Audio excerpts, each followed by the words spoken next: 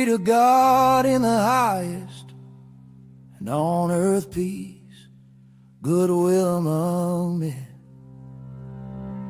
We praise thee, we bless thee, we worship thee, we glorify thee. We give thanks to thee for thy great glory. O Lord, heavenly King, God the Father Almighty, O Lord, the only begotten Son, Jesus Christ, and O Holy Spirit.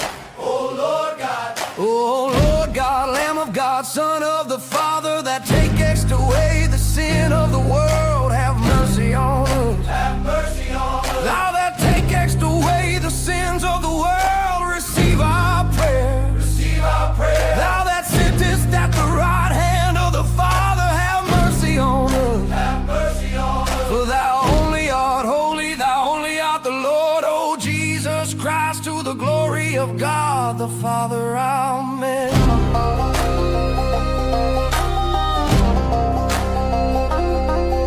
Every day will I bless thee, and I will praise thy name forever. Forever and ever. Vouchsafe, O Lord, to keep us this day without sin. Blessed art thou, O Lord, the God of our fathers, and praised and glorified is thy name unto the ages. Amen. Let thy mercy, O Lord, be upon us according as we have hoped in thee. Blessed art thou, O Lord, teach me thy statutes. Blessed art thou, O Lord, teach me thy statutes. Blessed art thou, teach me thy statutes. Lord, thou hast been our refuge in generation and generation. I said, O Lord, have mercy on me. Heal my soul, for I have sinned against thee. O Lord, unto thee have I fled for refuge. Teach me to do thy will, for thou art my God. For in thee is the fountain of life, in thy light shall we see light. O continue thy mercy unto them that know thee. Holy God, holy mighty, holy immortal, have mercy on us. Have mercy on us. Holy God, holy mighty, holy immortal, have mercy on us. Have mercy on us. Holy God, holy mighty, holy immortal, have mercy on us. Have mercy on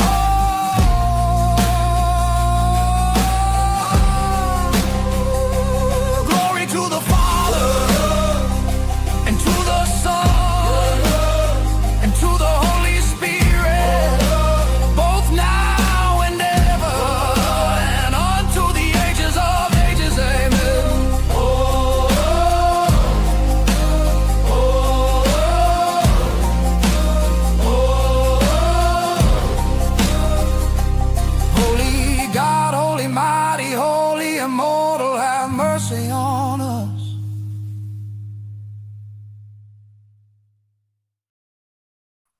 Welcome. Welcome everyone to the stream. Can everyone see? Can everyone hear? Are we all good to go? Do I have a delay whenever I speak? Because I have my Chrome still open with my 130 tabs. You seem to be fine for Cool. now. I've decided to wear my... You're for sure faking. But you can't. I can tell. I have experience in this stuff. I can tell when somebody's pulling that trick. I had a sarcastic uncle.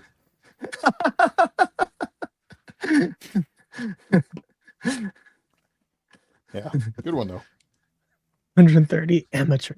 That's just in Chrome. On my desktop. My phone has 200 tabs open, and then I have another like 30 open in Edge and another 20 open in Jewish conspiracies from Firefox. the 16th century. I'm not. No.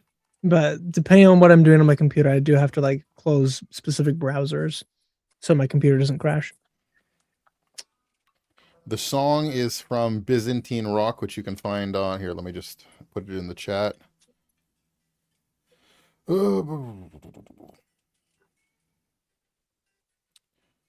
It's funny, I say the conspiracy stuff. I'm actually going to be having a preliminary off-air conversation and then potentially an on-air conversation with a fella who specializes in the Jews. And I think he's more,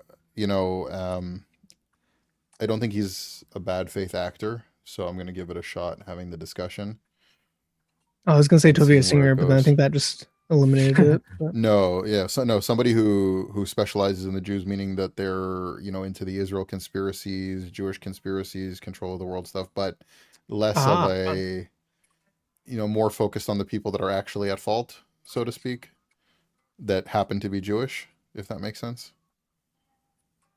So, I'm Yeah, you know, intrigued. I'm intrigued. same. and he's got a pretty big audience, so it might be edifying for me to go on there and kind of set the record straight with some stuff because he's not You wrong see, about he's some joining things. the Groypers. I am a griper now, you see. Where's my stream? There we go.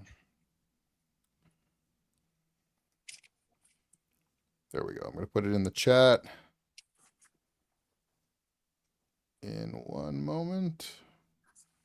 I just had it a second ago. Where did it go? There we go. Byzantine Rock, the Great Doxology. Share, copy the link, Asher, and is that then music stuff you've generated, like what do you mean by personally, or did you generated? just find it? No, Like that's AI. I generated that with AI. I actually do make music, and I think my knowledge of music allowed me to make a better product with AI than Hmm. you would otherwise get. But yeah, It's like an odd, there we heavy go. blues in C minor. It's very Yeah, it's swell. I pretty cool. like it. It is pretty cool, actually. I like the way that it turned out. There's like two albums on there, and one is a little bit more Do you AI-y, ever but also pretty cool. do you ever plan on making your own album of related stuff? Yeah, so I used to have some music up that was both humorous and political, and since starting to actually get into genuinely important topics, I've taken a lot of it down. Mm. Um, You mean the poop so song? yes, that's still there Oh, there was a on YouTube. poop song. Yeah, I You don't have know it on my about desktop. SHIT Blues? Yeah, yeah. We can talk about it. But I just pooped. I have that soundbite actually. I just pooped my oh, you gotta get it pants. as a sound. And Oh, yeah, my pants, babe. I have that as a GIF Anyway, with you just looking at the camera going, pretty good. that's funny. And then the property that we were living at the time had this like outhouse on the property Mm. that said "Come sit a spell," and so it was like perfect for what I was doing with it because I had made Southern that song like joking hospitality. around with friends like years earlier, and then made the video like afterwards. But yeah, somebody asked here, did Ash gain extra control powers by being a Catholic in addition to being Jewish? So you don't know how conspiracy theories work, all right? Because if you knew how conspiracy theories worked, you wouldn't ask this question, right? Either you're in the camp that thinks that the Catholic Church is controlled by the Jews, or it's controlled by the Freemasons and the Jews. But either way, it would all be one thing anyways. You wouldn't get extra by being Catholic in addition to being Jewish. That's already the way that it works. Does that make sense? It's the dark dyad of world control. That's why I'm wearing my World Control-y dragon jacket made of silk that was custom made for me by a small man in Shanghai. Wasn't that originally like your communist outfit? Yeah, it was my I'm going to be a communist for my videos outfit. No, I just got it because it was cool when I was there. I went to the, I think it's called the Bund, the market, and we found this like tailor, and they're like, $150, you get 5 suits, custom made. So, yeah. I mean, it's more likely for debate. It's more likely that the Jews founded Islam than the Catholic Church. I mean, other than the original Jews who founded the Catholic Church. It's true. Indeed. Nope, I'm trying to pull out as many funny jokes as I can here. Let me see. I also want to do this. Whichever channel you're watching on, fund those shekels. Yeah, There's a small Popo delay. has given me a number of super chats, and they're all in shekels always, because she's Jewish in Israel. So then I can talk about like, oh yes, I'm paid in shekels. You see, it's a good time. Why don't I have the thing that says favorite or not favorite, like the two things of maybe because nobody super chatted yet, so it doesn't star anything yet. Oh, there we go. If I star something, it goes. Yeah. Okay, that works. Yeah, Islam is too stupid to have an actual Jewish origin. You said it. You said it, not me. Well, there is some debate. I'm currently writing a book on the topic. For those who are unaware. Plagiarized from the Jews, perhaps. Yeah, well, it's not even really like strict plagiarism. It's more like a paraphrase. It's a poorly written elementary paraphrase of Judaism that's a little bit more violent and way more sexual. That's roughly Islam. Then you mix in some like pagan nonsense and Zoroastrian nonsense and Christian beliefs. Is it just my ears, or is Chris's audio a bit distorted? I think it's your ears, and you were lagging also before, Stephen. Oh, okay. Well, you just need a apologies relay ahead in of your time basement. for the several interruptions that I will think that I'm coming in at a pause, and then I end up talking over you guys. So give me he's the like Hollis hand. he's deep in the concrete right now, so I don't think Starlink would even help because well, yeah, you'd have the to route amount the of wire penetration anyways. it would need. Right? Yeah. I'm like Bin He's on Laden his phone. watching Super Mario videos or whatever that was. Yeah, with like the canvas background, you're like and the Jerusalem thing with the dome and everything. You're like a Jewish Bin Laden right now. It's so hard Wait, to get I thought that thing Bin Laden was the edited out Jewish of Bin the. Laden. Next time I come over, I hope you set up your internet better. Yeah, I thought pay Bin too Laden much was for the this Jewish Bin terrible Laden. internet. $104 a month. It's a ripoff, if you ask me. But you know, I am of a Like particular that? persuasion where everything seems like a ripoff. You could. I You turned could my mic route down. a. Hopefully it's You could better. route a cable. He could route it, but he's on his phone. Yeah, I have So an you extender just down here. need to get off Wi-Fi. No, but you could route a Yeah. cable and do an extender. Okay. There'd be a lot of like stuff to do, but you could route it to a router that plugs in and has in that the room Wi-Fi specifically, or at the bottom of the stairs pointing into that room. Yeah.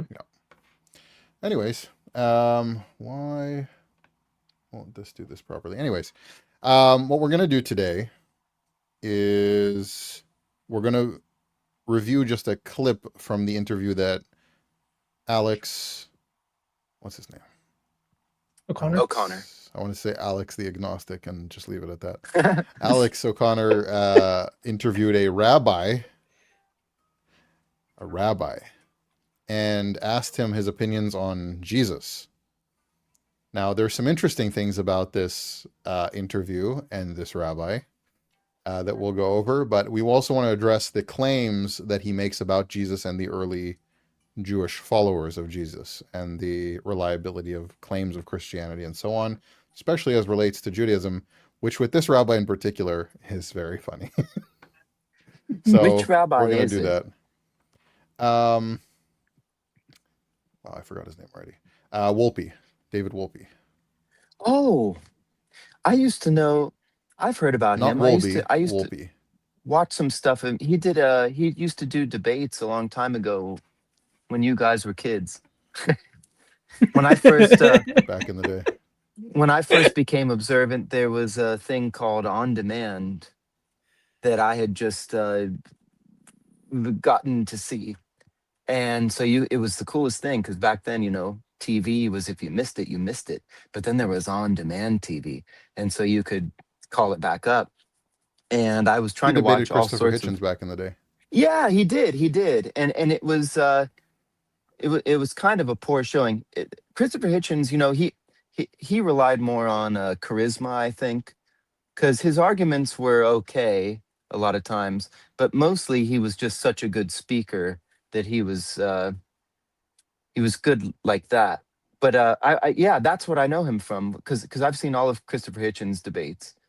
But and yeah, okay, so oh wow, so he's still a figure then, David Wolfe. Yeah. Well, one might put it like that, Oh, if he's relevant in any capacity. But I guess trying to stay relevant. I did find he's out that is he Israel reform? Horowitz did a debate with, yeah, he's reformed. That's the funny part about this. Oh, But okay. I found out that Israel Horowitz recently did a debate with Shabbos Kestenbaum, and that's going to Oh, be going Shabbos live. Kestenbaum.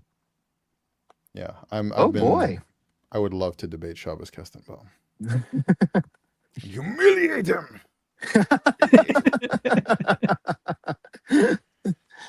Anyways, well, in Judaism we have this. Sir, So little dude. Okay. All right. I think we're gonna play this video and get into it a little bit. And then there's one that he does on the atrocities in the Old Testament as well. One section on that. If we have time, we could do that as well, because that would be interesting.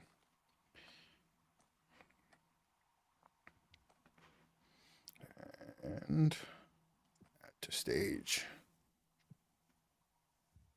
Talk to me, if you don't mind, about the challenge posed to Jewish theology by the rising of Christianity. Here's a religious tradition that says, look, we have these historical texts, these texts which are really well historically attested, that a man died and rose from the dead and claimed to be the Jewish Messiah.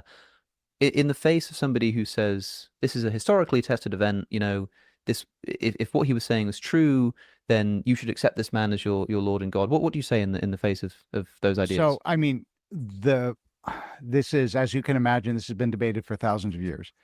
The principal thing I would say is, look, the Jewish community was there. They met him. They spoke to him. They knew him. Somehow, he didn't make the impression. Like, if God's walking on earth, you would think more than 12 people would say, oh my God, that's God's walking on earth. Wow. Wow, right Already off a the false bat with claim? some Right stupidity. off Yep. the bat? Wow. Yep. I mean, Stephen, care to start? Since you have something to say there. first of all, it was definitely more than 12 people. Second of all, Yeah, 12, No, only 12 chosen disciples who represent the 12 tribes of Israel, yeah, who will be the leaders of the new Israel, to take the message to the world. to take the message to the world. Right. Those Which they 12 did. chosen disciples is not all the people following Jesus. Right. That's just, I mean, even frankly, retarded. going into Acts in one day on Shavuot with 3,000 men, not counting the women and the children. I mean, multitudes Well- following him even throughout the Gospels, thousands of Yeah, people, right, like right. 5,000 being fed Yeah. there. Like, Even at the Last Supper, you have Mary there. You also have Mark, who fled naked as a boy. You have a variety of people there. It's not just the 12,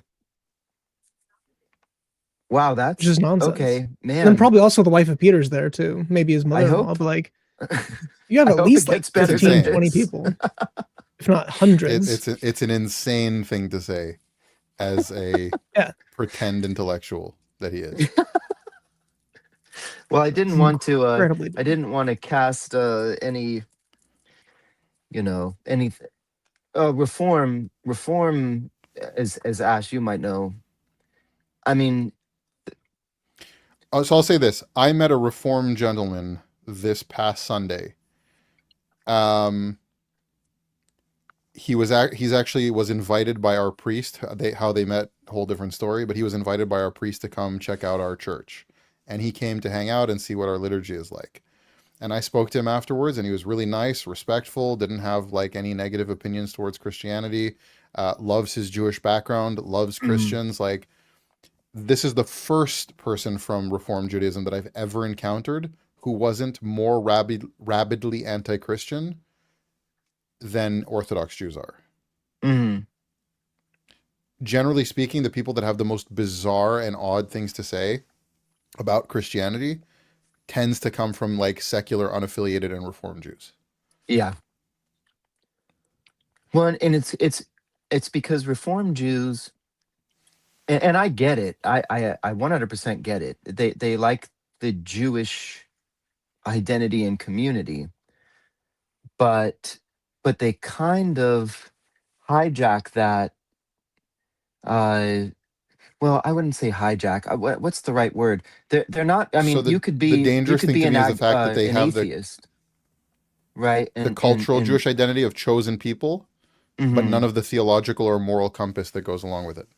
Right, which puts them at odds with every biblical description of Israel from cover to cover. And so it's just you know, Reformed but, Judaism in a nutshell. yeah, it's You it's call lox us a and bagel? bagels and and that's about it. I have Kugel in my thumbnail, and Ash still hasn't mentioned it. Pretty disappointed. Because you made me fat eating the kugel. I mean, I didn't make It's you a fat lot eating of the Kugel, complex carbohydrates, Chris. That's alliteration. I will say, I've let myself go a little bit with the weight. Okay. I'm back to calorie restricting and working out to get it back down. But I'm not Same. that fat. You're not that bad. That No, like, puts me at I- a solid like 360 the way that you have it in that picture, and I'm only like 270. I actually thought about asking the AI to make you less fat, and then decided not to because it was funny. And today, I'm also dieting. I'm only eating once a day. I'm doing intermittent fasting. And my wife was like, "I'm hungry. Cook me dinner." I was like, "What do you want?" And she's like, "I want chicken parmesan and risotto." And I'm like, "Okay, fine. This is like an hour and a half process, and I'm not going to eat it." And it smells so good the entire time. And I'm just like, it doesn't reheat that well. I'm just like, I know I would really enjoy this if I eat it, and I have to stare at it for a solid like 40 minutes of nothingness while my mouth is watering and I'm getting like stomach acid buildup because it's just desiring it. Well, so you know what happened to me badly. was I've had 4 children, the oldest of which is 5. Wow. So a few pregnancies, like back to back. So my wife will ask for like some sweet food or ice cream or something like that, and I'll have some with her. The difference is I don't have like a stopping thing. So she'll have like a few like tastes of ice neither. cream, and then I'll finish the entire container. Oh yeah. Right. Yes. I've eaten whole like pints of ice cream in one sitting. See, but you weigh like 120 pounds, so I don't really feel like that works. Well, yeah, because I'm just generally unwell, Chris. You have to balance. Everything's a balance. You only sleep 2 hours a night. Yeah. Yeah. That's a normal. Ugh. All right, let's get back into It's this. a bit much. All right. Boy, I hope it gets better. It does not. I think that Christianity actually has a bigger burden than Judaism. If God literally walked the earth, why didn't the people around him recognize him? I wonder. I don't know how much we can know. Anything there? What? What about Exodus 32? Where we've got the people at the bottom of Mount Sinai, and Moses goes up after they say, no, we don't want to hear God anymore. Moses, you go up, talk to God. And they go, this man Moses, he's taking too long. Let's build ourselves a God out of gold. Who just witnessed the 10 plagues, watched the sea split. Then they come out, and I mean, these people personally witnessed that. And now they have Moses up on the mountain with God, and then they say, he's taking too long. He's probably not coming back. We need to figure something out. This is completely incoherent. According to, I'm going off of what he would view as scripture. This is crazy. Well, he's saying that It's a like, terrible why didn't they argument. recognize God walking the earth when he was there? It's like, I mean, even the enemies recognize that if what he's doing and saying is true, that he must be divine, and therefore they think he's a blasphemer, because they're like, who is this that can forgive sins? Right. Who is this that can raise the dead? Who is this that can heal the blind? They're like, all these things that only God can do, this man is doing. And that's the Pharisees who hate him Yep. and are rejecting him. It's insane. Wow. Yeah. Yeah. The Talmud straight up admits that he's the sorcerer. Well, we'll get to that. We will get to that. It's going to come up. So What I about can't remember yeah. what source it is. It's a later source, but what's the source where I think it's like the 1300s or 1400s? There's some rabbinic writing where it has Jesus as learning how to pronounce the divine name and this giving him magical powers. Because anyone who knows, it's kind of like Solomon's ring. Solomon's ring gave him magical I powers think because it had he Yahweh puts like written a on it. parchment with the divine name like in a wound Yeah. on his body and it heals Well, over. Right, he has like a razor blade in his mouth and he cuts himself to insert the divine name onto him. So whenever the guards search his body, they don't find because apparently it was such a thing that they had to have guards search everyone that came out of the temple so that no one actually could know the name of God. Right. Do you know what that is off the top of your head? It could be somebody saying it's in Toldot Yeshu. I think it's in the Talmud itself somewhere in a redacted. There's like a I think it redacted was too. passage. Yeah. Probably in Toldot Yeshu so. as well. I know Yeshua has a lot of crazy stuff about him. Is that a Kramer? Is that a Kramer in that picture? Sorry, that's so off topic. Sorry. In the chat, that person who put that comment. Looked like a Kramer electric guitar. my middle I thought you brother's meant Kramer from Seinfeld. oh yeah, no, Kramer guitar. My middle brother's first guitar was a white Kramer. It had less pickups than that, but I thought, wow, that kind of looks familiar. Sorry, Those that's off guitars that topic. they make now with like 19 pickups Yeah. and 15 switches. Yeah. Bro, you don't even know how to play guitar yet. well, you know, the proportion of people who actually met and interacted with Jesus who Well, believed you in have him. in the New Testament the Jews saying, gathered around the cross, Mm. and Jesus walked among the Jewish community, Yeah. and was a Jew, and so it seems to me a really difficult unless you want to go the route of the Jews are wicked, which many Right, Christians did sure. for a He's saying that the only way that you can justify this is like, oh, the Jews are wicked, so they rejected their God. You mean like it says in the Old Testament that they're gonna do? Right. All the I mean, time. read Judges. Doesn't the Old Testament and call them Kings. wicked and harlots and betrayers?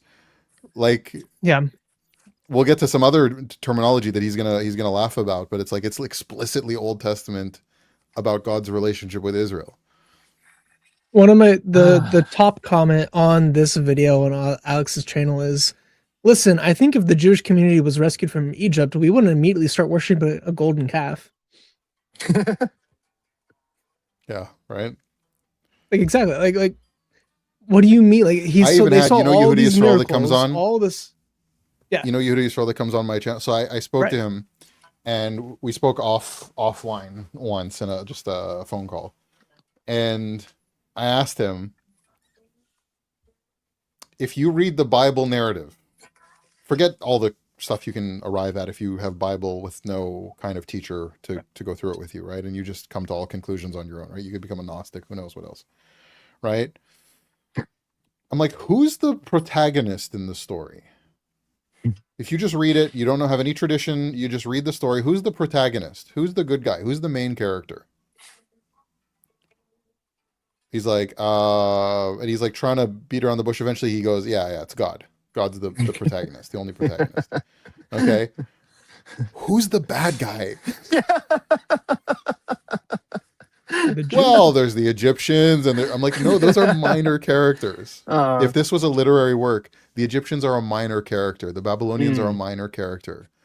Who is the main one who's at odds with the protagonist the entire time? It's literally in the name. Yeah. Israel, who struggles with God. It's literally in the name. Which is some of the best evidence for the reliability of the Old Testament. Like I imagine agree. a religion making a book dogging on themselves the entire time. Right. Like the whole point is that they're the bad guys. Even Have every you seen hero. that meme? So have you seen that meme with like the crazy like stick figure atheist who's going like, "How we found out archaeology proves that the ancient Israelites were polytheists who worship multiple gods," and like you see a Christian in the next one going, The Bible says the Israelites were polytheists who worship multiple gods. Right. All the Yahwist. It's like, has this rabbi scholars. read the Bible? Like, has he read the Tanakh? Right, I right. don't think so. Or has he only read like modern Jewish philosophical works? Mm. Like God Like, literally he must hear the came to Torah Earth. reading weekly, right? Other than that, has he read the prophets? Yeah. Well, even do you within the think, Torah, what do you like think in he repents Exodus, for during during the lead up to Yom Kippur? It's there's it's so interesting. But I guess this is what we run into with. I guess it is kind of, you could argue it's low hanging fruit because it's a reform rabbi. So he and again, I'm not trying to like totally trash on reform. But It's these just become not really talking a points that a lot of like Orthodox rabbis will use now in the modern era, where it's like less popular to insult Jesus. So like, Jesus was a great Mm. rabbi. He was this right. eccentric teacher. He had all these nice things to say, but really at the end of the day, he led Israel astray. And that's why they Right. punished him. It wasn't really nice that they did that, but you should have seen it coming. And really, Paul's the bad guy though. Paul's Yeah, the real right. Paul, villain, right? yeah. Like, that's the new talking points. But they get that from like reform, like secular scholars, right? The Hmm. reform Jewish scholars. Yeah. and then I should internet say. Jews pick it up and repeat it. Right.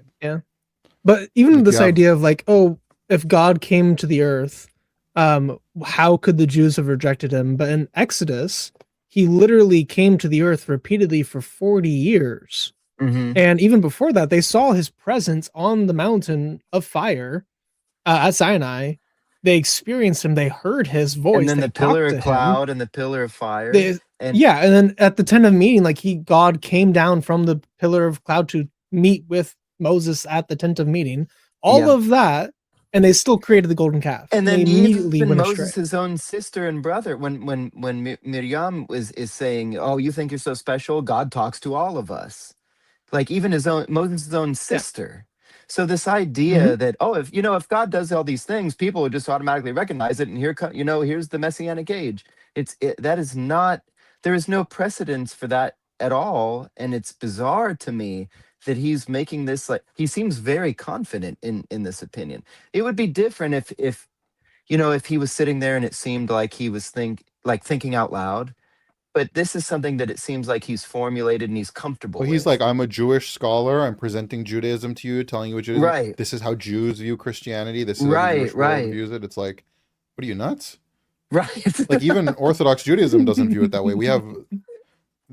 They believed he was a sorcerer who did these things by witchcraft and magic, right, right? right. But they still acknowledge all the immense things that happened, Mm-hmm. including Now, I want walking everybody on to water clip and all that, kinds though. of stuff from the New Testament. Everybody, whoever was wondering, you just have Ash. He said, we have. He's one of them. He's a plant. He's,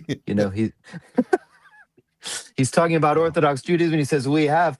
You got him, guys. You caught Well, him. somebody's asking to So- wear the Strymel on one of your streams. I've actually never owned a Strymel. Chabad doesn't wear Do you? Strymels. Oh, I was going to say. Yeah, They're only I 20 did bucks on wear a Amazon. Strymel-like hat when I went to Ukraine for a Chabad festival in Gadich. Ooh. There's a Strymel thong you can own. Ooh. Get your Strymel Moving on. on. It's time to party. I've not got a Strymel, but I have my grandfather's Russian, it's fox fur, Now it works. and it's Stuck got the between a ear beard and a beard. flaps. It's super warm, but also it's so old that it sheds now, and I feel like I have to preserve it for my family, so I don't wear it. But it's fox fur, and it's really nice. Yeah. Oh, look, there's those There two was guys. one Hasidic movement banned real fur Strymels because people were spending way too much money on it. So the Rabbi Yeah, actually they're crazy told people expensive. not to, because people were spending $15,000 on a Strymel. Mm-hmm. Got a silk bekishe, you got a Strymel, you got a gold Cartier watch. Now you know you're a real chassid. You got to spend 40,000 on your wardrobe. Yeah. There was a joke. So Chabad doesn't have, like, Chabad has its own weirdisms about the Rebbe, but it's very different than like the Polish Hasidim versions of like weird things about the Rebbe. So I had this guy had like a Farbrengen with Chabad was once like, well, he was totally wasted, but he was joking about like mimicking a Polish Hasidic Rebbe.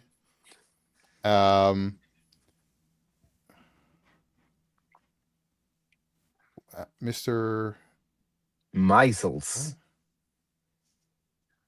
Become so ortho, bro. I like your channel for the sake. The heck are you You talking know he's about? not Orthodox. He's not Eastern Orthodox. I'm not Eastern Orthodox. Do you mean Mr. Mays? What was that supposed to be? Mr. Mazel Tov. He Mr. Mazel definitely Tov? supposed to be Maze, but you're Mazels. Is that like a disease or something? I've had that once. There's a Anyways. cream for that. Yeah. If I'm Anyways. paying 15,000 for it, I better be able to drive it or live in it. You got banned? Why did you get banned? Anyways. What was I saying? Oh yeah, so he's mimicking like a Polish Hasidic like Rebbe, and he's like, he shows off his gold watch first. He's like, look, everyone, my gold watch. And then he's gonna start like pulling malachim, like angels, out of the air and like putting them, keeping them in his bekisha for later.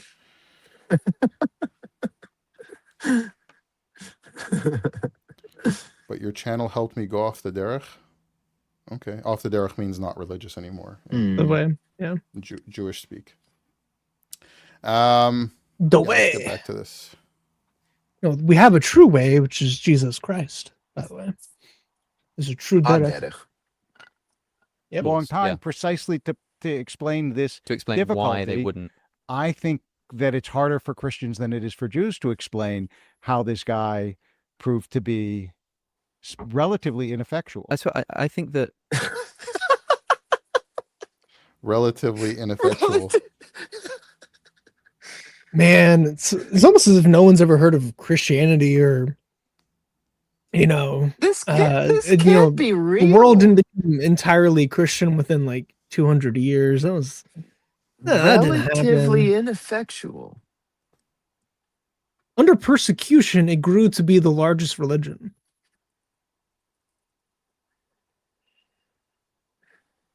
All right. Well, Thousands converted overnight. I said I hope this gets Ineffectual. better, and it just keeps getting worse to where I can't actually. Like, this feels like Spinal Tap. This feels like a skit of like who could make the worst argument ever. Wow. And Alex Yeah. isn't pushing back. Right, Alex at all. knows better, and he isn't pushing back. Yeah, yeah. No, you're not allowed to push back when it's a Reformed Jewish rabbi. Don't you know that, Chris? You lose all your shekels. looking at, You'll lose your shekels. for instance, the accounts of the resurrection, I'm often told that what we have is a sort of group of eyewitness testimonies that people claimed to see Jesus after he died, and the people who saw Jesus were quite limited. I mean, Paul seems to suggest that 500 people saw Jesus at one point, but he's appearing to his disciples, and so for the wider community of people, all that they actually had to go on when it comes to the resurrection was the testimony of the people that saw him. They didn't actually get to see Jesus for himself. No, but they saw Jesus walk in the world. Was Jesus not? Did you catch that? So now Alex is making the dumb arguments. Yeah. Mm-hmm. Wow, this is weird. Like when Paul writes, hey, 500 of you, 500 of seems you to guys who I'm writing suggest- to Mm-hmm. saw Jesus, Mm-hmm. right? That would be kind of wacky for him to say that to a group of people that never saw him. Right. Don't you Yeah, guys he He was remember? just Sounded- suggesting. He also ascended it on the mountainside, according to Luke, in a crowd of people. We don't get the number of the crowd of people, but he's literally ascending to heaven with presumably a massive crowd in front of him. Like, we have no idea how many people actually saw the resurrected Jesus. It's at least 513. Probably much more than that. I'm going to briefly go visit some other live stream, and I will return shortly. Boy, oh boy, what a video this is, though. What other live stream? Peeing. Because Oh. he's alive and it's a stream. Oh, I see. Yeah. Should we wait for him? No, he takes forever to pee. Oh, Because he also sometimes goes and that's his- checks I on thought his the family. Gadfly was here, but it's still him. Yeah, no. He has a great Gadfly impression though. He's modest about it. Steven is big Let's- time. He does. Uh,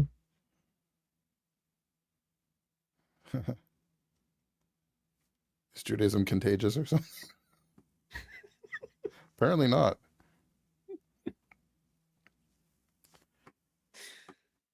uh, Special enough for the majority of Jews to see that God is actually walking on earth. And also, even if 500 people, I mean, we Yeah. don't have that kind of, there's no testimony in Jewish sources at the time, Yeah. which you would think there would be, because after all, there have been is Paul a other Jew?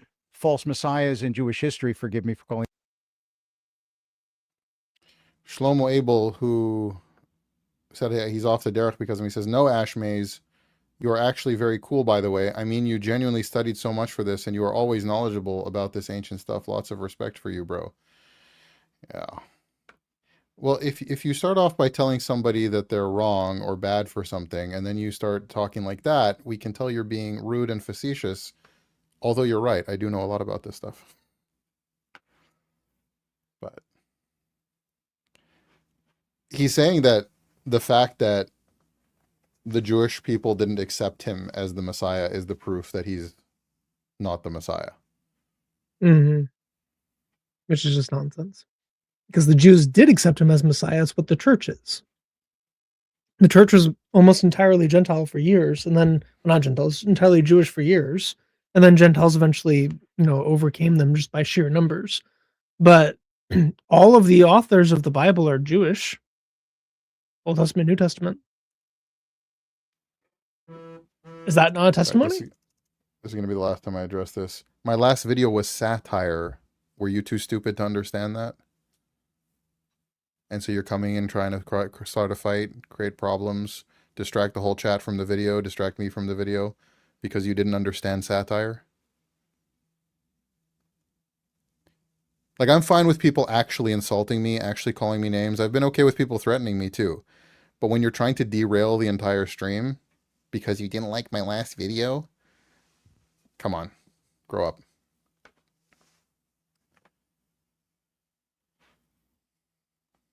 Anyways, let's listen to that again. People. I mean, we Yeah. don't have that kind of, there's no testimony in Jewish sources at the time, Yeah. which you would think there would be, because after all, there have been other false messiahs in Jewish history. Forgive me for calling Jesus a false messiah, but that's how he's seen in Jewish history. And they were very widespread, and like Shabtai Tzvi in the 16th century, 1600s, swept So he's across the Jewish world, and people who he's saying the Jews en masse didn't accept Jesus as the Messiah. So that must mean he's not the Messiah. But then he points to a false Messiah who was accepted by the masses of people. Yeah. How does that kind of make a sense? big Make that problem. make sense. It's that's kind of telling that the Jews are willing to accept false messiahs. En masse, we will En accept masse. the worst, most Yeah. obviously false Messiah that ever lived, who became a Muslim. Several times, actually. It's not just the only false messiah that's gained massive support. Even recent history. It's like, how Well, does why that did make they sense? not accept Jesus? He just debunked his earlier approach to why Jesus can't be the Messiah. But not only that, did you see what he does there? Look at this. This is I don't know if people caught this. This is what shows what kind of intellectual this is. in the 16th century, 1600s. Did you catch that? Yeah, I caught it the first time as well.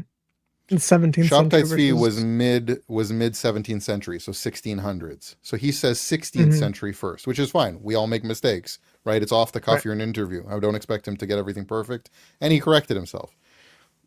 the thing that he did though was he went 16th century, realized he got it wrong, and instead of saying like, "Oops, I mean 17th century," and I just got the dates wrong, he goes like 1600s, as if it's like on the cusp, like it could have been 16th century, like late 1500s, and it's like it's not. It's mid. It's 1666 was the big event. So rather than just say, I was wrong, oops, let me get the date right and correct himself, he pretends like it was like, oh, well, I could be kind of right there. Like it's on the cusp. Very dishonest. Swept across the Jewish world. And people who met him were immediately impressed and thought, oh my God, this really is the Messiah. So the bottom line is, I don't think that Jesus is a theological challenge to the Jewish tradition. When people ask me how Judaism sees Jesus, we see him as a teacher who said some things I agree with, some things I don't agree with. There are lots of reasons to me why. What do you agree with? I'll let you take that, Chris. Oh man, Jesus claimed to be God, my guy. It's kind of like the liar, Lord, and lunatic, like the trilemma of C.S. Lewis. But why in the world are you picking and choosing what Jesus is saying when he's claiming to be both Messiah and God, and he's just a good rabbi? When, according to the Jewish sources that predate this dude by centuries, Jesus is a deceiver. He's the one that leads people astray. He's a sorcerer. He is the one that caused all of the suffering for the Jewish people. He's possibly boiling in poop, depending on your view on that. But like, it's not a good thing, especially when you get to like Rashi. Like Rashi's a big disliker of Jesus. Saying that as an understatement. But you have even way later rabbis that are no fans of Jesus and basically blame Jesus for so many things happening to Jews throughout history because the church became very anti-Semitic for a while. But that's just nonsense. Rabbinically, it's nonsense. And then to only take some of what Jesus says and not take the other bits when he's claiming something so important is kind of dumb.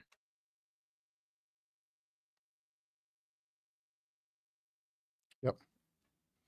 That is crazy. Yeah, let's go back to it. Jews didn't accept Jesus as anything more than a gifted teacher and spinner of parables and a committed Jew. And on the And a sorcerer and a miracle worker. No, they killed him for blasphemy. They didn't think he was just a gifted teacher and spinner of parables. They executed him for blasphemy. For claiming to be God. And admit in the Talmud they killed his students too. Like when you talk about like, where's the proof that the apostles were martyred? The Talmud, which would have every reason to say, no, we didn't do this, says they did it. Well, it says Mattathias specifically, but the other two names are not correct, if I remember correctly.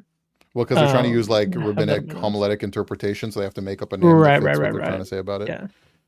Yeah, this is Sanhedrin 43a. Mattathias, Nakai, Nazir, Buni, and Toda.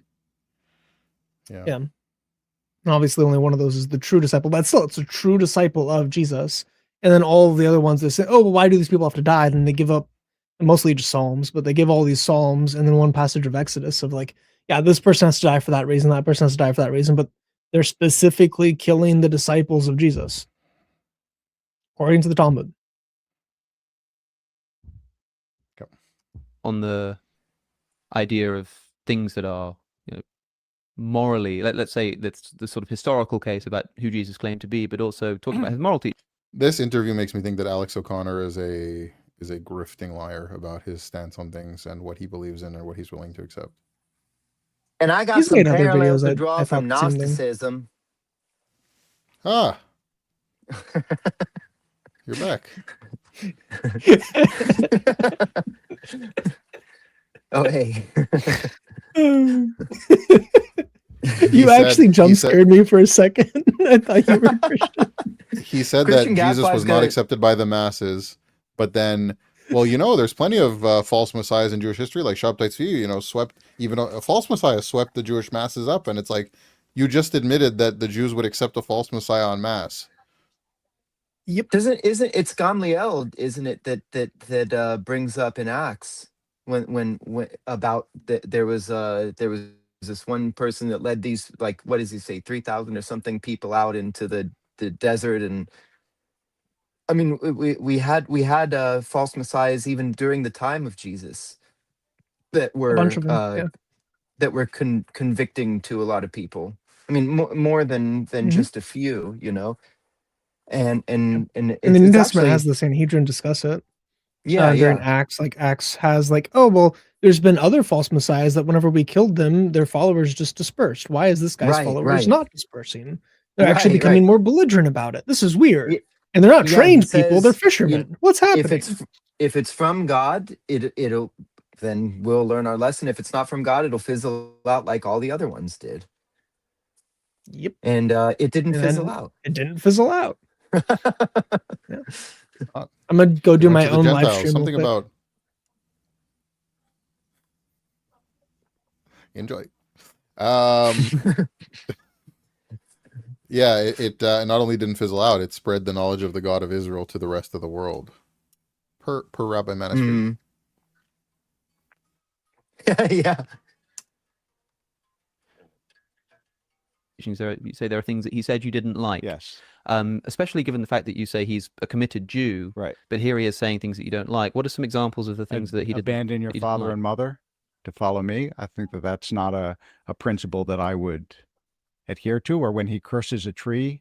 Yeah. I mean, there are some things about. Well, So wait, what? this is obviously where he curses the fig tree. Right. Oh, that must This- be so your this is- thumbnail. this is when it's got Emmanuel the figs. Yeah, this is Emmanuel Shochet talking point. He's a crazy man. He's cursing this tree for not bearing fruit when it's not even the season.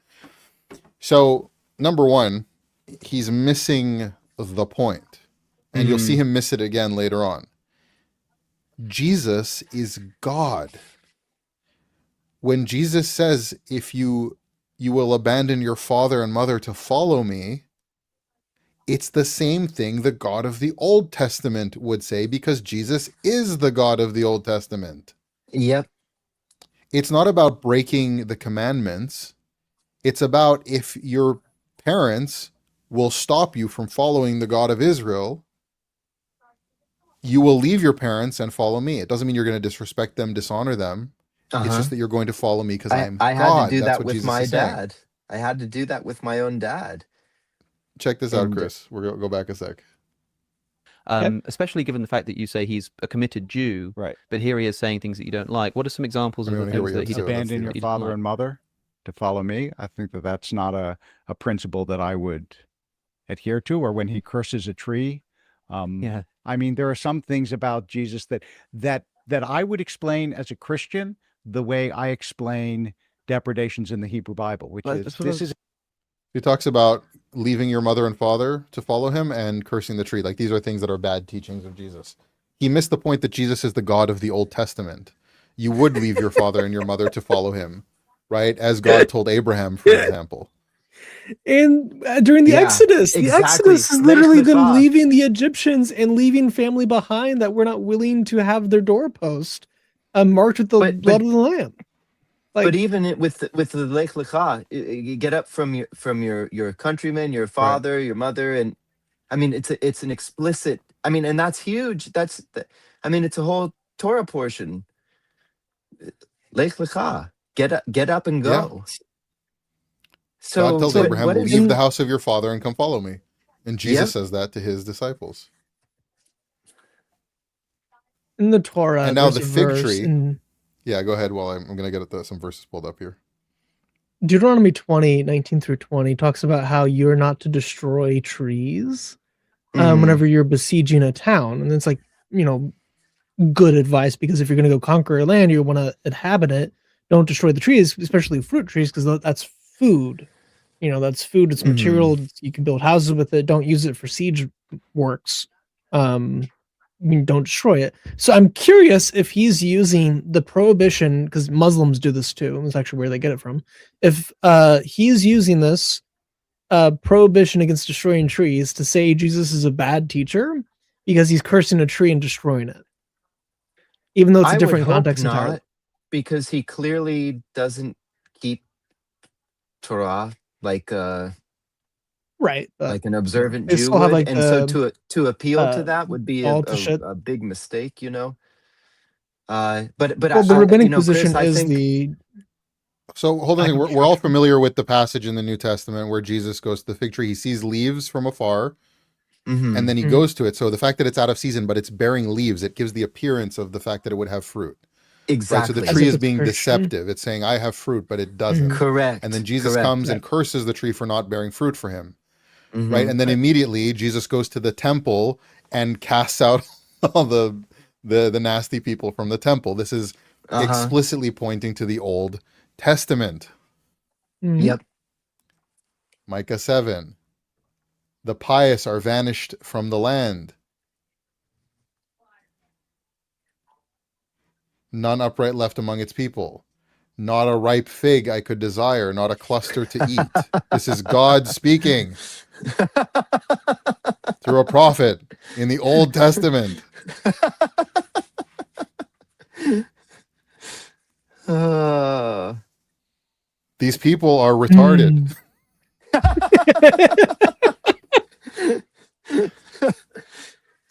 oh boy.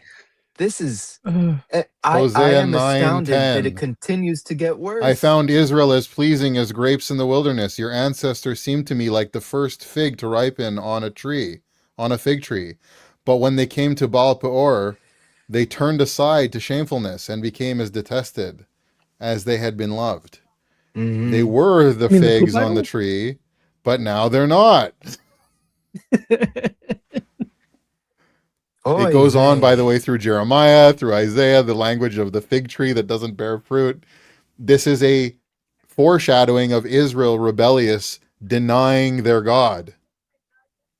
This is explicitly Jesus referring to himself as the God of Israel. What a Honestly, stupid he's thing to bring making up if you wanted to say that Jesus was just a wacky teacher. he's actually making a like a proof case for how Jesus is the Messiah. Yeah. The divine. I mean, this is it's actually great what he did, but he clearly did not intend it to be that way. But I mean, this is great. These are great talking points. They're just completely against his perceived argument. He's pointing to the fact that Jesus in the Gospel of Mark is referring to himself as the God of Israel in yet another chapter. The low Christology Gospel of Mark, Yeah, right. Right. Which has the where highest Jesus Christology acts out, statements. where Jesus acts Uh, out explicitly being the God of Israel. Thank you so much for your super chat. Thank you for all your knowledge and insight. My absolute pleasure. This guy is not only is he bad faith, he's also an idiot. yeah. Like he's frankly an idiot, and this is a scholar among the Well, Reformed Jewish he doesn't world. know the Tanakh very well. No, obviously Right. not. Right. Yeah. Like there's a reason that Tuvia Singer, as far as I know, doesn't point to the fig tree example. Like Emmanuel Shochet is like, well, let's polemicize things. If the Christians are always, let's put them on the defense. Let's show how crazy Jesus was, right? Mhm. Right? And he points out, it's just so stupid.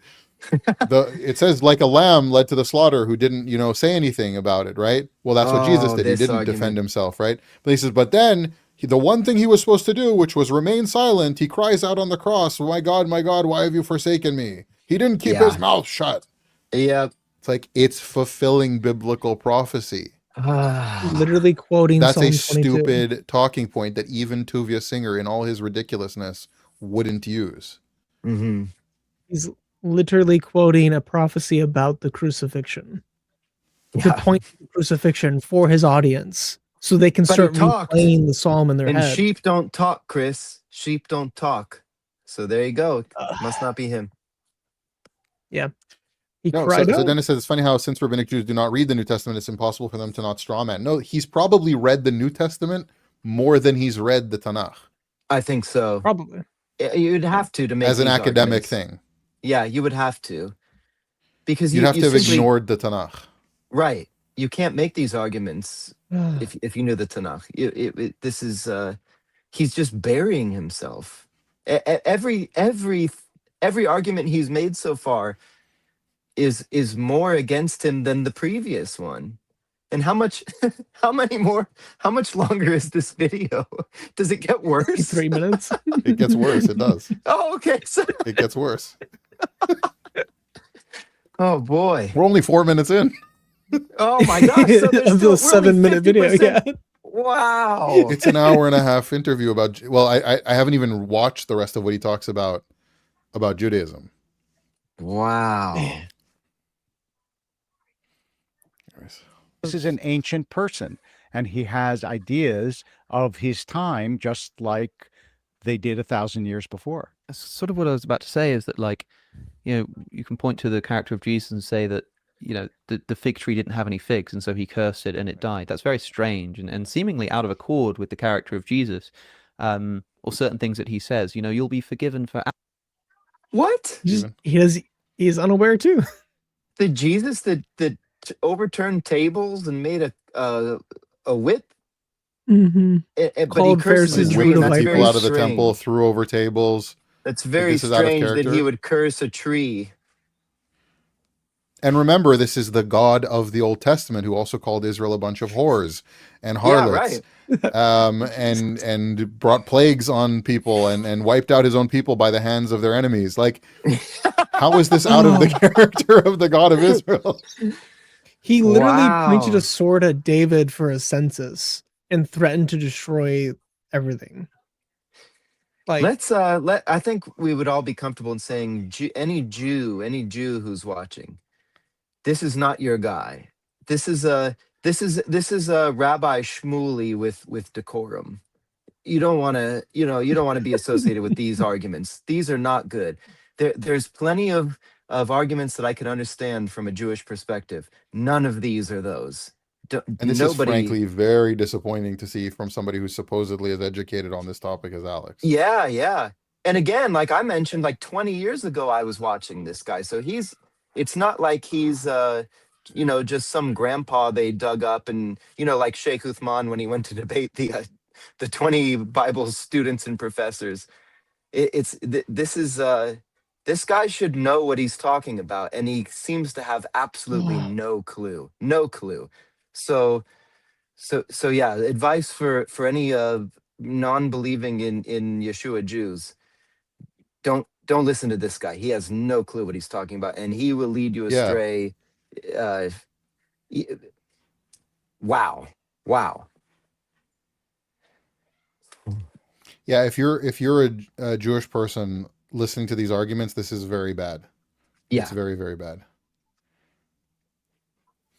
Yeah, let's keep going here. For absolutely anything except blaspheming the Holy Spirit, that you'll never be forgiven. The tree didn't have any figs, and so he cursed it and it died. That's very strange and seemingly out of accord with the character of Jesus, or certain things that he says. You know, you'll be forgiven for absolutely anything except blaspheming the Holy Spirit. That you'll never be forgiven for. And it's sort of like, whoa, it sends a shiver down your spine. Yeah, But, it does. Somebody could just say, as you said, He's saying, like, this is out of character of Jesus, saying, like, you could be forgiven for everything except blaspheming the Holy Spirit. How is that out of character for Jesus? He tells people, forgive your brothers as I have forgiven you. Like, you won't be forgiven if you don't forgive. He's telling people constantly, forgiveness, right? And he's saying you can be forgiven. You can be St. Paul, who murdered people and then come into faith and come to the Lord and be forgiven, right? You can be all these people that rejected him at the cross and be forgiven. You can be all these different things and be forgiven. That is the message. That's not out of character. But blaspheming the Holy Spirit, the reason why that is because it would be attributing the works of God to demons. You'd be pointing to what God has actually wrought in the world and said, no, I don't believe in that. No, that's not the hand of God. Which is very consistent, again, with the message of God in the Old Testament. So not only is it consistent with the message of Jesus, it's consistently showing that Jesus is portraying himself as the God of Israel. Yep. Like, even if you don't think that it's true, even if you don't believe that, that's what he's saying. Jesus is explicitly showing himself as the God of Israel. Yep. He's acting the way the God of Israel acts throughout the Old Testament. Consistently. You might think that that's bad. Right. Right? You might be somebody who rejects Jesus and thinks that's bad, but that's what he's doing. And Hey, I mean, AP, nice to see you, man. AP, you are AP. running a powerful dawa. You have not responded to me on X about live streaming together. He's afraid of the Talmud. He's afraid of the Talmudic dilemma and the power. I think after we do this, we should also go to the next clip where he talks about the atrocities of the Old Testament. You'll see how just Oh, I haven't just seen that at all. wild and bad. I You're can't gonna believe laugh that at one of this the is- arguments he makes for it. This is so we're 4 minutes in, and there's three. So it's like a 7-minute clip. This is a And it's this 7-minute bad already. clip, and it's. I mean, what have we been going for already? And over an hour. Yeah. I mean, this is Well, because we're this pulling is up scripture to show insane. like the things that he's mocking, like these are Old Testament references, and he just didn't know. He's a rabbi, Yeah, right? Even if he's reform, he's Right. gone to a rabbinical school of some kind to learn the Torah, to learn the Tanakh, and he has no clue. He didn't realize Mhm. that the fig tree is a direct parallel to the Old Testament referencing Israel and the tree that doesn't bear fruit. He just didn't know. Anyways. Elements yeah. of the Hebrew Bible but you, earlier. Look, Ash, I mean, you said. Yeah. Oh, sorry. You were There saying you go.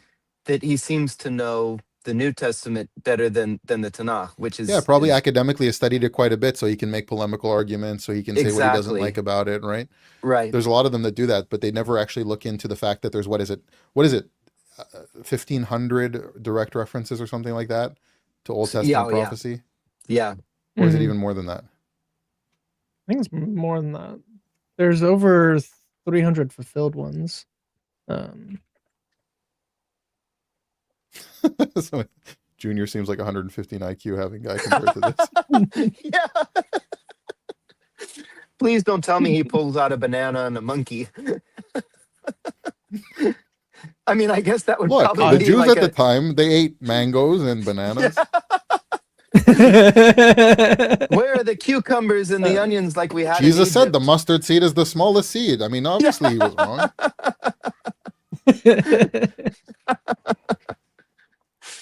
Ah, wow. Check Google says it's over 1,000, but doesn't give a number. I heard it's somewhere between like 1,000 and 2,000 direct references to Old Testament prophecy. There's more than that to Wow. allusions to the Old Testament, but to prophecy, it's. I think a that's little over only also 1,000. if you reference directly to the Hebrew. I think if you add the ones that reference the Greek. Septuagint, it's even more. Mhm. Right. there are things that people try to record that they either got wrong or that he did. I mean, somebody could just say, as you said of elements of the Hebrew Bible earlier, look, I mean, Right. there are things that people try to record that they either got wrong or that he didn't actually say, and that's sort of going on in the New Testament canon He's as well. reform. He doesn't believe in the I mean, infallibility of the Old that's, Testament. if a Christian wants to make that argument, I have no problem with it. Look, I am a promoter of Christianity in general. That is, as the creator of the West, I think Christianity has given enormous benefits to the world.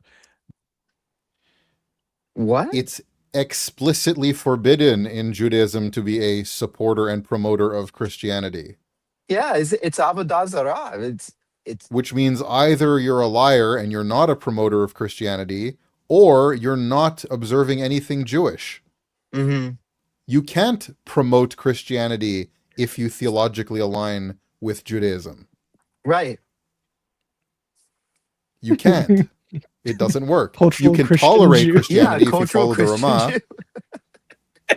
You can tolerate Christianity if you follow the Ramah, who says that it's just like shituf, it's shirk, right? You can Mhm. and that it's not forbidden for Gentiles, right? You can tolerate Christianity as a Jewish, like somebody who observes Judaism. You can't promote it, Right. not to Jews and not to Gentiles. Like he's in the same camp here as Shabbos Kestenbaum. Like, oh yeah, I wish more Christians would go to church. Oh, so you don't follow Jewish law? That's great, cool. Right, Thanks right. for letting us know that you don't actually have any theological stance that's legitimate. But theologically, it doesn't. I remember when I was in 8th grade, we had I went to a Jewish day school, and they brought, to their credit, a Baptist preacher to tell us the theology of, and he told us that we were all going to hell. He said, look, you're nice boys and girls, but I want you to know that you have to accept Jesus too, which, okay. It was good for us to know that theology existed in the world. I don't think it did us any harm. But I remember saying to him, I thought I was going to try to catch him. So I said to him at the time, is Jesus perfect? And he said, yes. I said, is God perfect? And he said, yes. And I said, is the Holy Spirit perfect? And he said, yes. And I said, well, by definition, perfection doesn't need anything added to it. So two of the three of them are superfluous.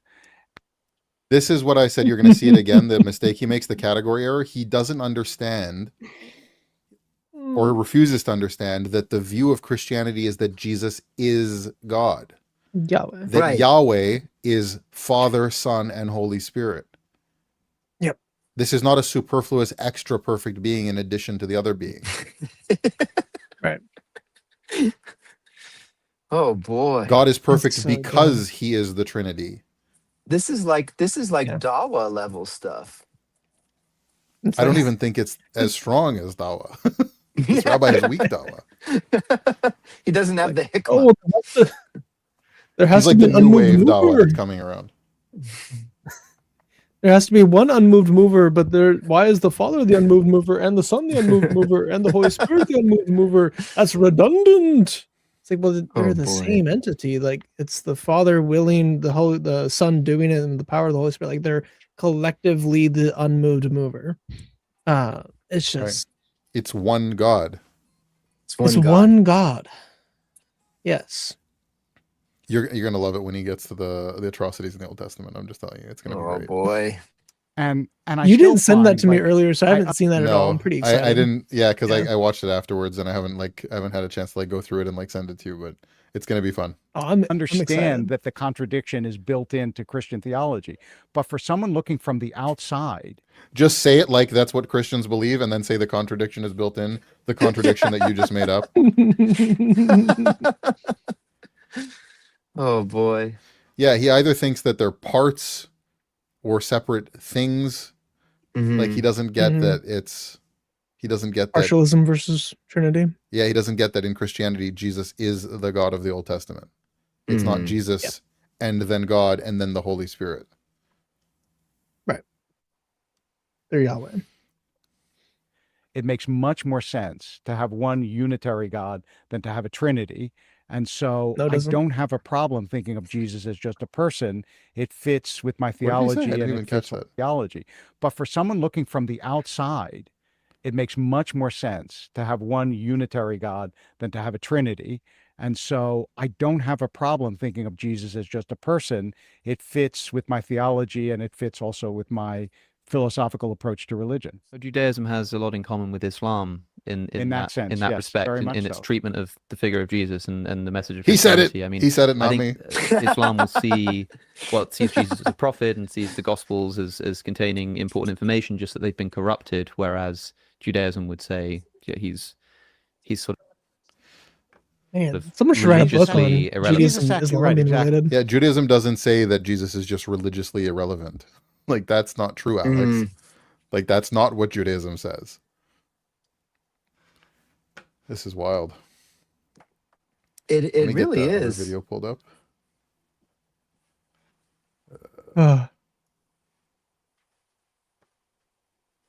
I should be I able to finish guarantee my you- book this year. For those wondering, hopefully it'll be done this year.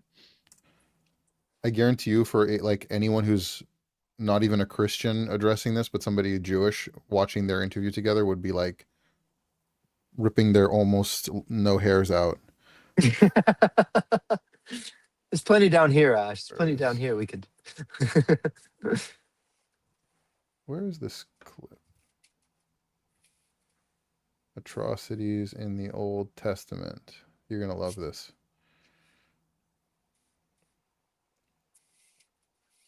I think he has something on Job, but I'm not sure.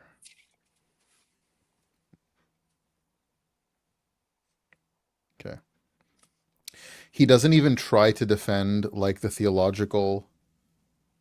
What are you talking about, Ben? I'm getting beard mogged. Oh no, That's not Steven. true. He does have the longer beard. Granted, I haven't seen I might- Asher's in person. I might be. I have I seen might be Stevens in beard mogged. person. Ash, Yeah. Let me no, also Ash just is get Steven, the I think, is a jackets bit taller coming. than you too. more substantial, I'd say. But I did just switch shampoos. So we'll see Shampoo? what You know what they say. He's not a Shampoo for purist. your real friends, real poo for your sham friend.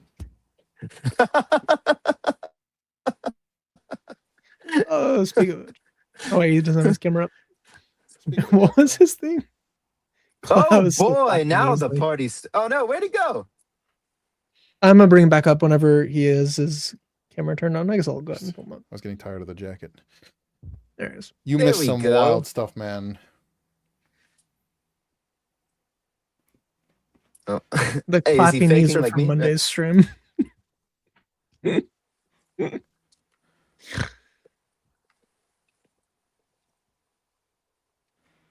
Are you messing with us like Trying to Steven was make- messing with us? Trying to does your make him audio not feel work? not so. Oh, left just wrong out. mic. Wrong mic. Switch your mics.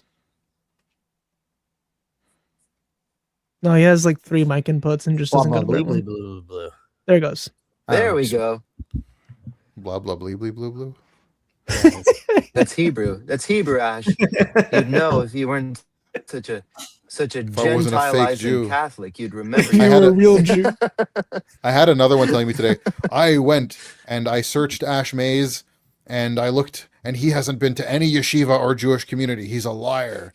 I'm like, I found out through this conversation that he's also not Jewish and wouldn't know anyways. But he's a Is no. there like an online But- registry? How would he know? But there's like, I'm like, if you're, are you a Nazi? Do you keep all track of all the Jews and where they are at all times? Show me your papers. Show me your papers. I did a Oh, because I'm trying to do it. Easter egg- That's why. I did an Easter egg hunt. With Well, some it's a good stream Lutherans. with Gadfly on. Yeah. Does that mean that usually it's a bad stream because Gadfly's on, but now it's a good stream? Or are you saying that now this stream has become good because Gadfly's on? It's gonna get a little weird. That's what it means. I did an Easter egg Yeah. hunt Oh, with wow. Lutherans, and they're all German, and it was like way too organized, and it was kind of creeping me out. It was like, we have this sector over here for the green eggs. It's like you don't need sectors for your eggs. You don't don't need to need- color code categorize like where the age- eggs are in a document. Yeah, Oregon. Which brings me back to my Sure. previous comment about Nazis. I'm Irish. You're supposed to buy the candy at the last second, and just kind of throw it all together and throw it out there. Chug a bottle of whiskey and then let the kids, go about their business. That's what you were gonna say, right? I Dude, thought that's so- what you were gonna say. So you know the My the Monday joke- stream. Sorry, go ahead. Oh, sorry, go ahead. I was just gonna say my Monday stream. We had Mary Arb join us impromptu while we were streaming, and then we just did like an hour and a half of just the most depraved stuff within the Islamic sources. Yeah, which is Um, right when I'm trying to be monetized. So thank you guys. Can you Right, rephrase right that when as you're we trying to be covered? monetized. Can you rephrase that as we covered some of the most depraved stuff? Not we did some of the Speaking of most which- depraved stuff from the Quran. Yes. we went through some of the most depraved stuff. Yeah, we had the That stream and we did some of the appears most depraved stuff that appears in the Quran. Chris, where's your zip coffee? it's on OnlyFans. Perfect timing to do a Uh, plug. oh, yes. Oh gosh, plug. I do have Poor choice of the words. Zook coffee. That's good. coffee. It's strong, dark, and gives you the strength of 30 men. Yes. You too. And it's from the land of the raisin heads because the Ethiopian. So Oh yeah, and I gotta get Get Christian. I yours gotta today. get you your order of 4. I was ill earlier this week, so I was not. My work attendance was poor, but I'll get back on that and make sure to get you a resupply. Oh, don't worry. I'm not a German running an egg hunt. You can take your time. So how many Germans does it take to change a light bulb? Only one. They are very efficient and not funny. Yeah.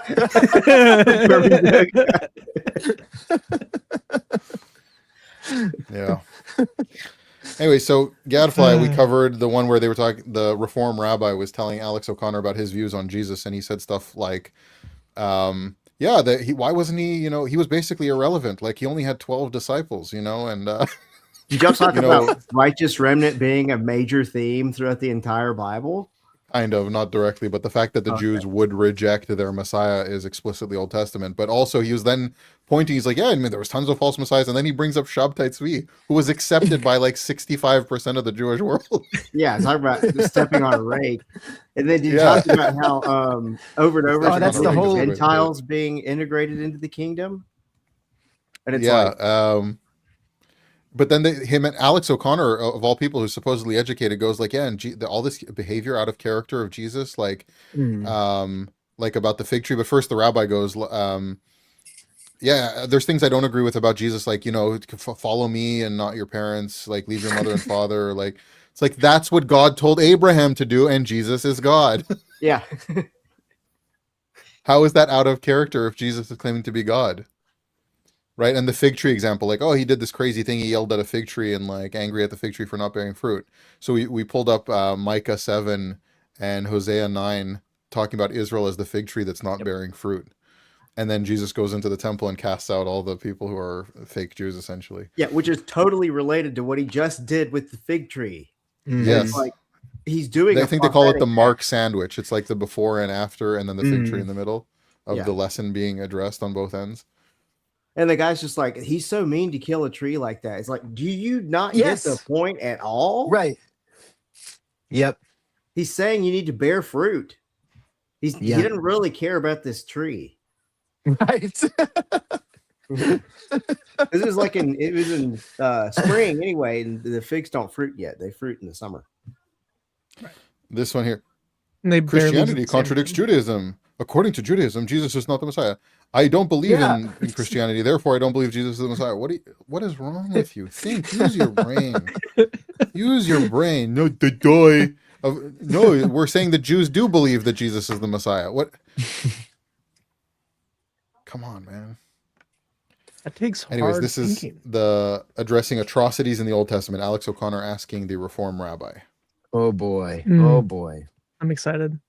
When I look in the Hebrew Bible and I see some of the stories of what this nation got up to, I said that I wanted to talk about some of these stories. I've been speaking a lot recently to Christians about some of the Old Testament atrocities, is the label that would often be.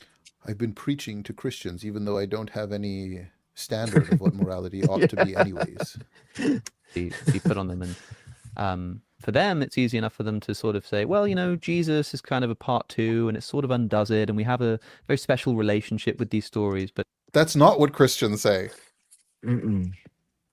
Christians don't say God of Old Testament evil bad guy and Jesus good guy that corrects it. Well, I guess to be fair, that's Gnostics. I hear that a lot. Being the slippery Judaizer that I am, I would say for sure Christianity as a thing doesn't teach that, but I have encountered a lot of self-proclaimed Christians that do think that. They legitimately do, because they have a trouble squaring the Old Testament with the New.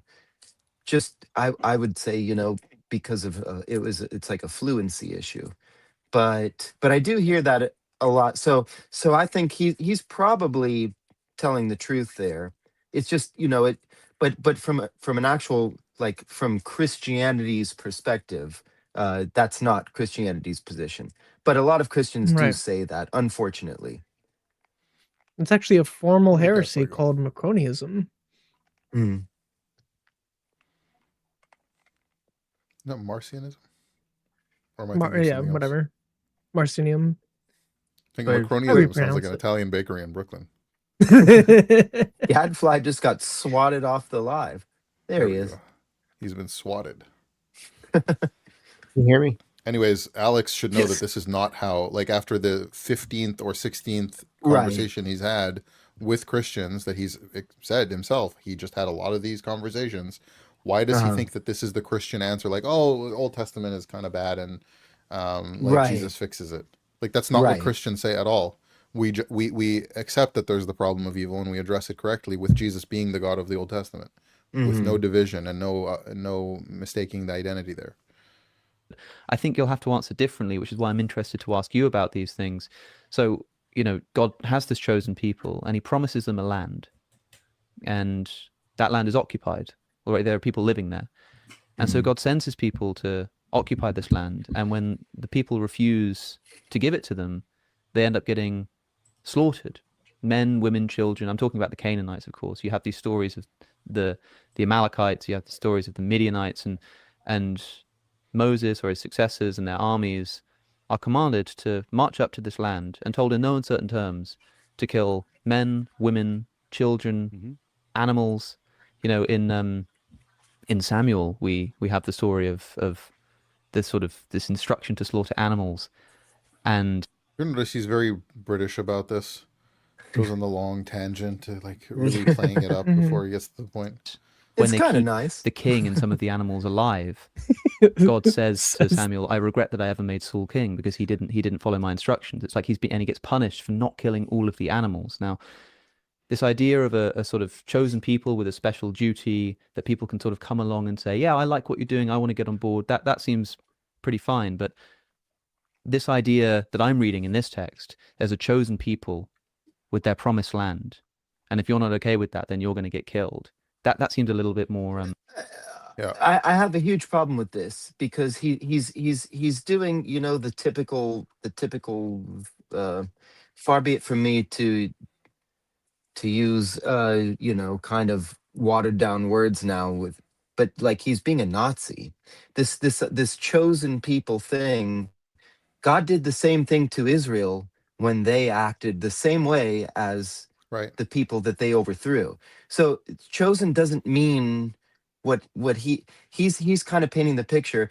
God has these special people and they're They can cool do whatever and they they got to go. want and they can They kill can do everyone whatever they else. want and go do all the and also though no one else can, but they can go and so they have to go. That's not what God does. That's not God even specifically points out, I chose you specifically because you were small and not uh you were not the type of thing that would be this big grandiose thing.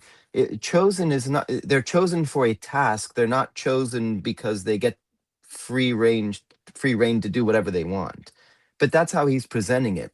God chose the specific people, sends them in to do these what he labels atrocities, which I mean, the acts in themselves are atrocious, but the people that they were displacing were doing much more atrocious things than. Well, I've also heard the argument that the high priest of God, right, at the time of Abraham is Melchizedek, Mhm. right? And they have like this thing going where this is true and correct worship of the one true God. What happens to those people? Because they're not there when the Jews come from the desert. The Mhm. Israelites come from the desert into Israel, That's right? fascinating. So the idea is that they've been wiped out by these vicious child sacrificing pagans. Yeah. And I mean, I think it was just recently uncovered, because Israel, it's dodgy where you can do archaeology and things. But they dug up this ancient pagan place where they found like thousands of baby bones around altars, just thousands of Yeah. them. And I mean, even as depraved as we've gotten today, you look back at these statues they would have where they'd heat up the ball, the the iron ball bull-headed thing, then you'd put your baby on it. And even where they found masks where, because the parents would obviously be upset, but they would have the parents wear Right. these terrifying masks with big grins on them while they're delivering their babies up to, I mean, just despicable, horrible things. Yeah. and Evil. and Yeah. so would he, I mean, I guess he would Would consider these that people reject their atrocious. God if he came on earth and came to save them? Would these wonderful people reject their Messiah if he really came? No. These are fantastic people. But again, when he's, I guess that was my original annoyance was with when he's making the claim of these chosen people. The whole Bible is the record of God dealing with Israel because they acted so debased. They were chosen to take the God to be God's like conduit to the world. And they repeatedly failed over and over, and then God had to deal with them the exact same way that he dealt with the people before them. And so this idea, when the word chosen gets so abused, and just not, it's not what's the word, it's not honest when you use it that way. The chosen doesn't mean the way he's presenting it, and it's just kind of gross. And that's how we get like Nazis because they think that the Jews Stephen view is victim themselves. blaming. Victim blaming. So I've ranted enough. Anyway, Well, technically, Alex isn't Jewish and he's British, so that would be the British and the Nazis teaming up against the Jews. But yeah, neither here nor there. which I've experienced in my own personal life. I've been to England twice. They're weird over there. They're nice, and I'm a bit of an Anglophile, not in like the Muhammad sense of file, but I like English things. But I've experienced a lot of weird English anti-Semitism. Strange. As a non-Jew, which is really funny. Yeah. It's crazy the sheer amount of anti-Semitism you've gotten. Yeah. Well, that's my point, you know. I'm not I mean, I might have a spicy little touch of Jew in me. Less than I was told by my family, but also maybe more that I haven't figured out yet. But you know, you put on some tzitzit and you have a beard, and I mean, I got yelled at when my dad was dying in the hospital. We went outside to like get some fresh air, and someone just drove by and said, "Get out of here, you dirty Jew." And it was like, what? I'm in a hospital.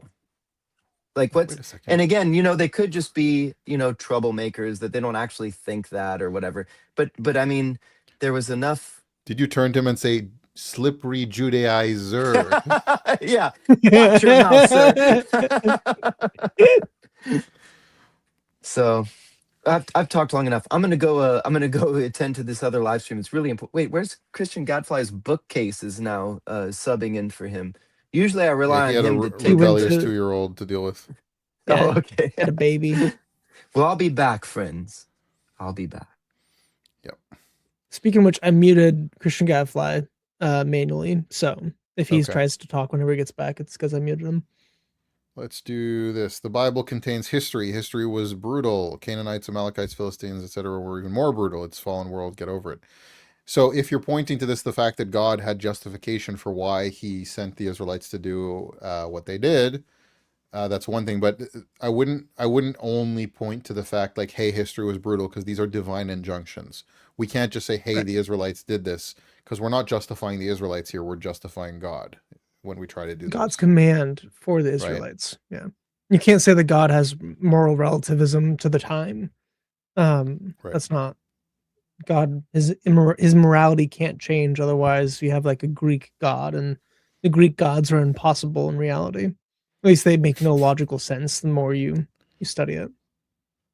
Orthodoxy is cool, who was formerly Catholicism was cool, is saying, yep, I'm becoming a preacher, a premillennial dispensationalist. Oh, well. Yeah, somebody says, I knew it, Alex O'Connor is Islam, he is not atheist, guys. He's a Muslim. He's doing taqiyya. Yeah, I mean, I I don't know that that's true, because right now he's promoting Reform Judaism as making sense. Judaism that doesn't believe that God is actually real, that the Bible is infallible, for example. But this is a scholar in the Jewish world. Even Orthodox Jews would say, well, we don't believe in like what he believes in theologically, but the guy must be a scholar, you know? Defend the other Jew, even if he's... So it should be said, by the way, for anyone watching, this rabbi has been accused of being overly liberal and so on, for like being one of the rabbis that started pushing like same-sex marriages and stuff like that. So just to give a little bit of context of what we're dealing with. Is Reform Judaism basically like Kugel flavored atheism? Yes. Matzo ball, more like matzo ball, because they Reform Jews know matzo balls more than they know kugel. Why are you Christians trying to defend the Old Testament? Just say the Old Testament is corrupted and move on. I think this is a joke. I think it's a joke too, because he has like a little Jesus on his hoodie. Yeah, I think he's a regular. Yeah. But obviously we believe, Look, we Professor, trust, his name we is Hagee. He opened up love my the Old eyes. What a troll. Bit more raw to me. I wondered how you interpret So, that. well, Pretty fine, but this idea that I'm reading in this text, there's a chosen people with their promised land, and if you're not okay with that, then you're going to get killed. That seems a little bit more raw to me. I wondered how you interpret that part. Chosen I people. want to wait for Gadfly. He's going to sit down. I'll unmute him. With their promised land, and if you're not okay with that, then you're going to get killed. That seems a little bit more raw to me. I wondered how you interpret that part of the chosen people. There story.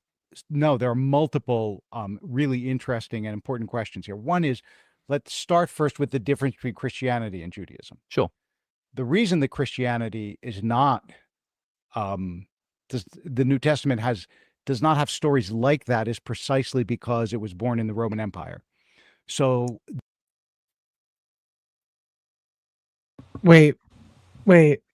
So he's just entirely dropping the historical aspect of it and saying that it's all just like figurative metaphor? And No, he's saying it's legitimate, but it's okay.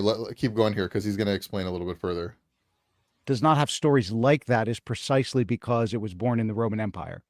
So there were no wars, there was no contention, there was no civil legislation. It's one of the reasons why Christianity is such an internal. What? There were no wars at the time of the Roman Empire? What about 70 AD? What about like 40 years later? Yeah. And then 100 years after that? Where the Romans wiped out Judea and crucified thousands of people. What are you talking about? And that the Zealots were trying to kill the Romans, and that there was massive Jewish revolts, and the Romans were going around and killing Gauls and all kinds of other stuff in the empire at the time. Well, and he ignores what no wars is this? This is a scholar? This is an intellectual? He ignores any kind of new covenant, and then also he just makes it seem like the only reason Jews weren't violent was because they had a sword to their throat the whole time. right. Yeah. It's like, it's not making your position look any better, buddy. The Romans were famously against all wars. Yeah, right. The Romans abolished war. This is the proof. Which, to be fair, that is there was a very, very, very, very short period of time of relative peace within the Roman Empire, right whenever Christianity was spreading, because they built the roads out to conquer all the people. It's because of war. They built roads to make war easier. That's because they finished a huge, massive, bloody civil war. That's why. It's because the one side so you have absolutely massacred the other side, and then we have peace now. Yeah, in the same way, when two brothers are fighting and one kills the other, there's peace. Yeah. So like 600 years of massive war from a variety of empires up until this point in time. There's like 20 years of peace and then wars again. And then the 20 years of peace, they spread to all of the Greek nations. And that's how Christianity flourished so hard. So maybe he's thinking about that to be like, is he forgetting that the Jewish conception of the Messiah around the time was in part that the Messiah would come and lead a war against the Romans? To conquer them. What's the Dead Sea Scrolls column again? They're like the Kittim or something. But the Romans are like the armies of Satan, and they're supposed to be wiped out. And he says there was peace between Cain and Abel. Yeah. That was the Roman peace. And then even then, during the Pax Romana, Augustus lost I can't remember how many legions. I'll have to look it up. Bookmark that. Pause it. Everyone may continue. I mean, that's likely what he's speaking of, but it's not nearly as perfectly peaceful. If you create such an internal... When is the Pax Romana, though? 30 BC to like 180, 280. It's like a short, 200 during gap. that time of the Bar Kokhba revolt, during that time. During Pax Romana, he literally had the destruction of the temple. At the Battle of Teutoburg Forest in 9 AD. These legions were annihilated by Germanic tribes led by Arminius under the command of General Varus.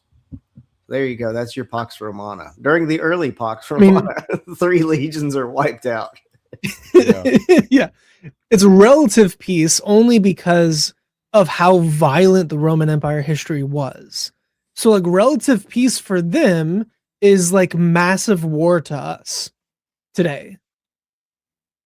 Like it's like saying, oh well, Israel's and hold on a Palestine second. have been Ash relatively Mays claims to have peaceful been for the Orthodox last Jew, yet no 3 yeshiva years. community knows who he is. He blocks anyone who asks. Yes, because you're lying. I've had people who know me from my community talk about their time with me online, threatening me, calling me out, trying to dox me and my family. Isn't that dumb how people do that on the internet? It was just so easy to do. You didn't really do that. Like I had a post on Twitter where I was talking about how I did a mission trip in El Salvador, and someone was like, "You didn't really do that." I'm like, "Okay, here's a video, and there's a picture from the trip in the video." But even then, I know that they could just throw it out if they wanted, because people on the internet could just not even believe Jesus exists, you know? Right. So I this is muted actually a said really person good for 24 comparison. hours. So Pax Americana, because it's not an American, Pax Americana would be like post World War II, where up until World War II, every like 20, 30 years, we had massive wars. And then after World War II, we've only really had Korea, Vietnam, and then the Gulf stuff, like all the Right. crazy stuff in the Middle Peace. East. It's relatively peaceful, but it's still like every generation has fought a war for Americans. The Romans were like not just one front, but like 30 fronts, conquering most of the known world for centuries. And Well, they had relative peace. And it's the ultimate ignoring the most obvious contributing factor here by not talking about Jesus's teaching. You're going to talk about how it's this peaceful movement because Rome was so powerful, and you don't even mention the Sermon on the Mount. I don't know.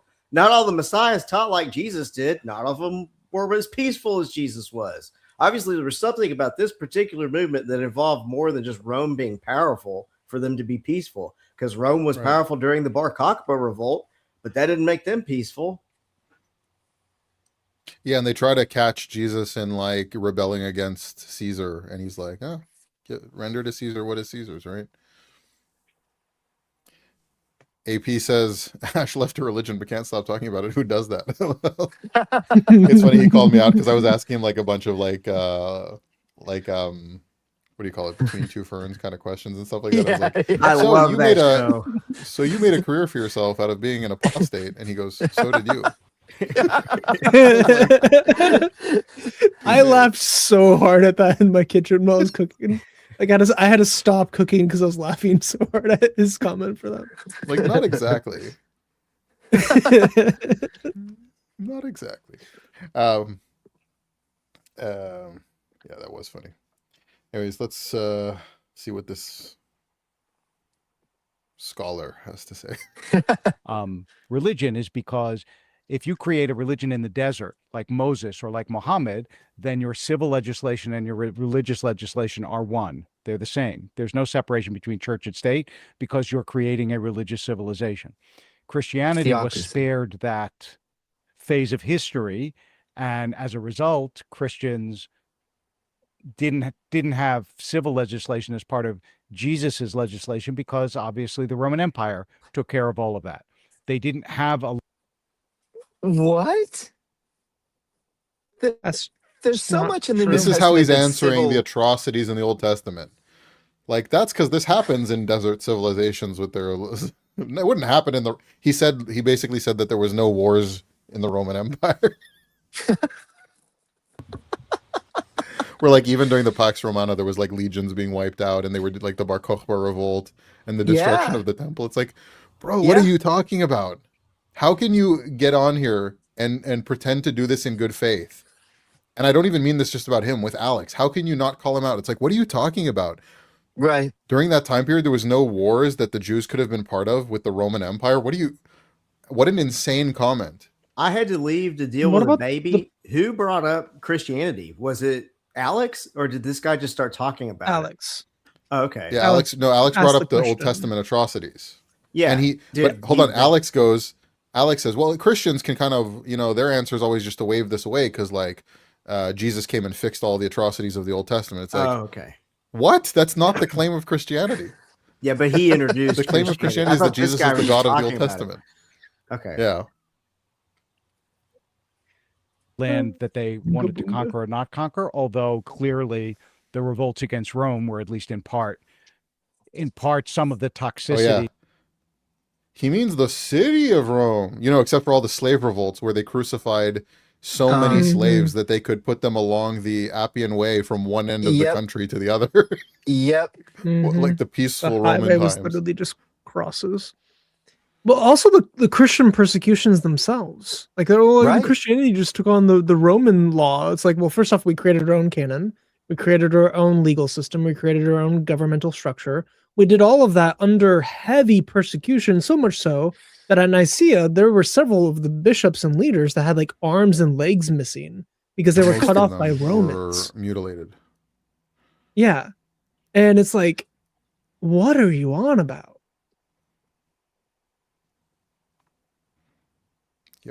that you see in the New Testament towards Jews were about the revolts against Rome and the anger against Rome. But in the Hebrew Bible, you have an ancient people and a chronicle of what probably happened over and over and over and over and over again with virtually every ancient people. I don't think the story of the Israelites is unique, except that they survived for thousands and What? Did you What? just hear the rabbi say that the story of the Israelites is not unique in this sense? About What? conquering the land, taking over the promised land from the nations that are there. This is not a unique story at all, Stephen.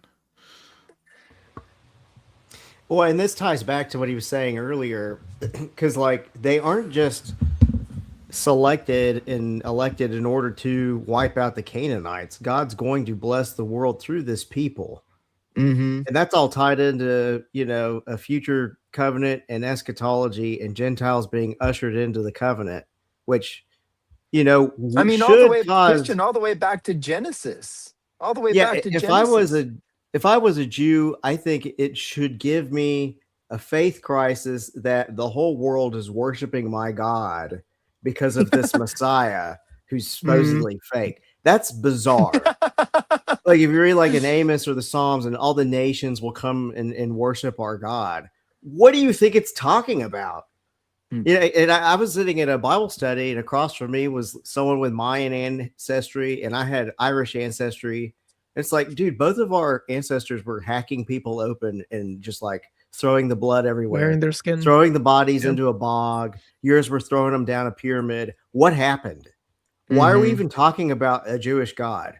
Like this tiny little group of people in this tiny little place way far away.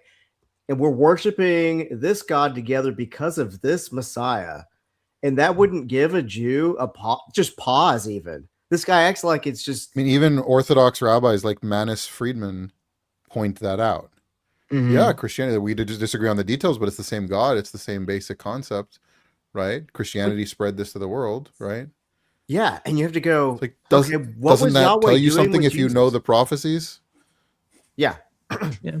But he's like, Also, the even- Gentiles accepted him, and only a small remnant of the Jews. It's like, Yeah, okay, that's like those are all 12, parts just 12 of Bible. them. Yeah. Well, I think this rabbi calls for is a it about klezmer 100 stinger. at the beginning of Acts? Something like that. Yeah, well, and also Christian, you weren't here for it, but Alex O'Connor goes, and Paul suggests that there were 500 or so people. It's like he's saying, we can't believe he's the Messiah because all of the indicators the Bible tells us to look for are happening. It's like, what? No, but you don't get it. He was relatively ineffectual. Yeah, That's what he said okay. earlier in the... There's like people all over the world worshiping him, but he's ineffectual. Okay, maybe when it's your turn, you can do it better than Jesus did, buddy. Yeah, exactly. So one of the other crazy aspects to this of the whole, oh, well, everyone else was also doing this claim. They literally didn't do war like any other community that has ever done war in history. They burned all of the supplies because they were commanded to by God. They destroyed food. They destroyed animals. They destroyed women and children that you could reproduce with. They destroyed everything in order to not be supplied by man by conquest, but to be supplied by God with the land that he was giving them. They did things that no army would have ever done, which actually the evidence for Jericho is that they, in the burn layer of the destruction layer of Jericho, where the walls fell, we actually have the granary and the clay pots still that got burnt. So we know that they actually burnt the ground, like they burnt everything, including the food. And that would not be done. Then you also have obviously the stones from heaven destroying them. In Joshua 10, you have like the sun standing still so that they can continue. Like there's all these miracles that are associated with it. But even the warfare itself, the way that they did it was unique. There's not a single thing about it that is similar to any other group. And on that Well, and same also with idea, commandments of not, like you brought up, not to burn trees and things. You know, the scorched earth kind of campaign. Certain times, God would say, "This particular place, you know, everything has to be eradicated." But generally, the warfare was different than that. Like there's commandments against destroying the actual earth of the area. But there were certain places that said, yeah, do this. What was I reading earlier about? There was a certain thing where you destroy the city. Oh no, it was a certain people that rebelled, and they stoned them, and then they burnt their houses in fire, and left the stone heaps on it. So it was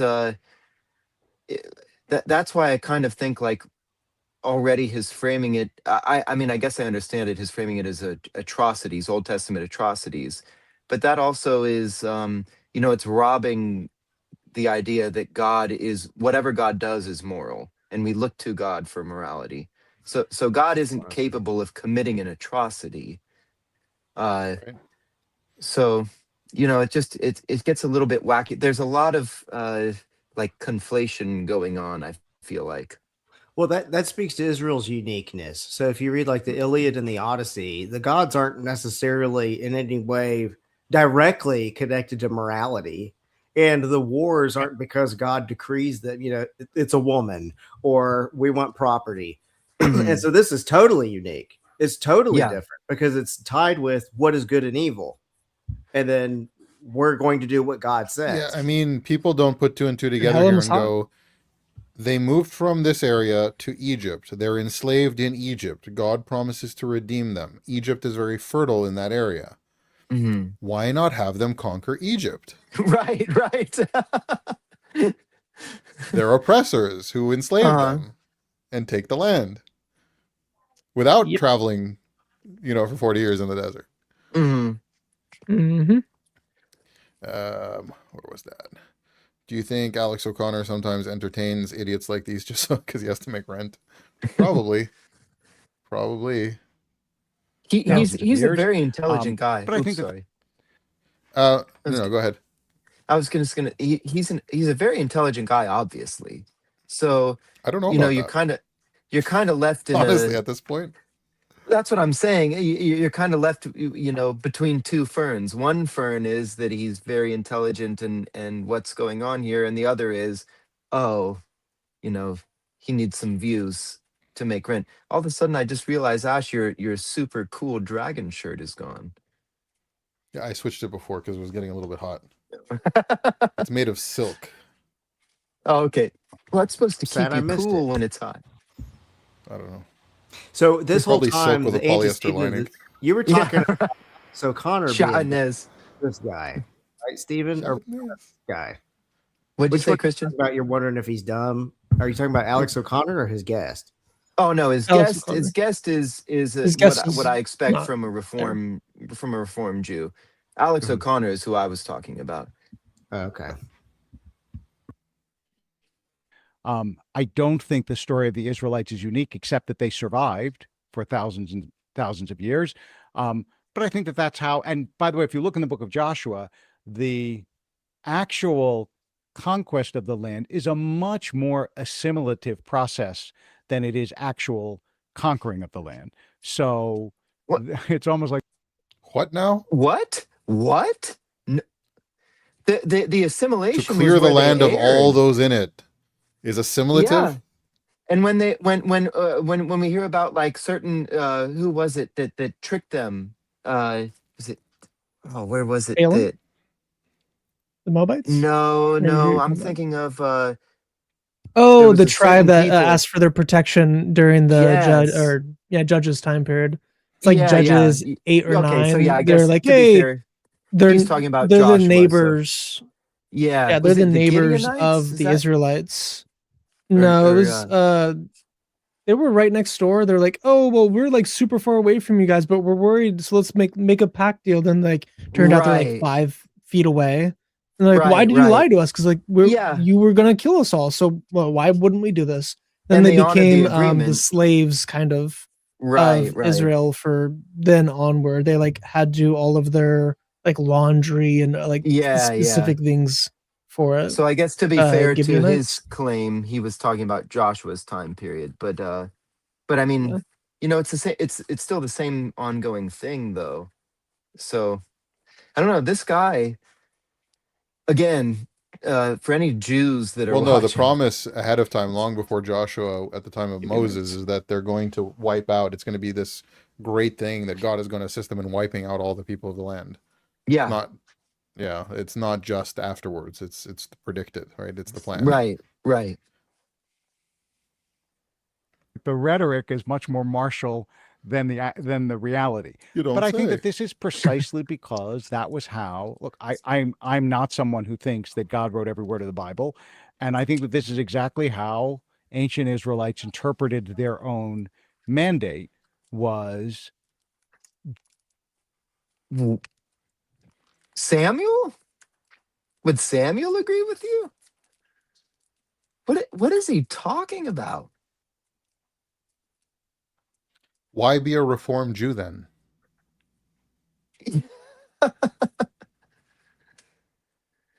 Ah, Why have any Jewish identity at all? Yeah, right. because Why there's tie nothing yourself to unique that in about any them. capacity? There's There's nothing nothing unique unique about about them them. except Yeah, that they happen to survive. there's nothing special about Um, their book. there's no Right. reason to think anything in the book is true. They don't have a unique God. But here I'm going to apparently. sit here and like give my opinions on Christianity and whether or not it makes sense. Yeah. Right.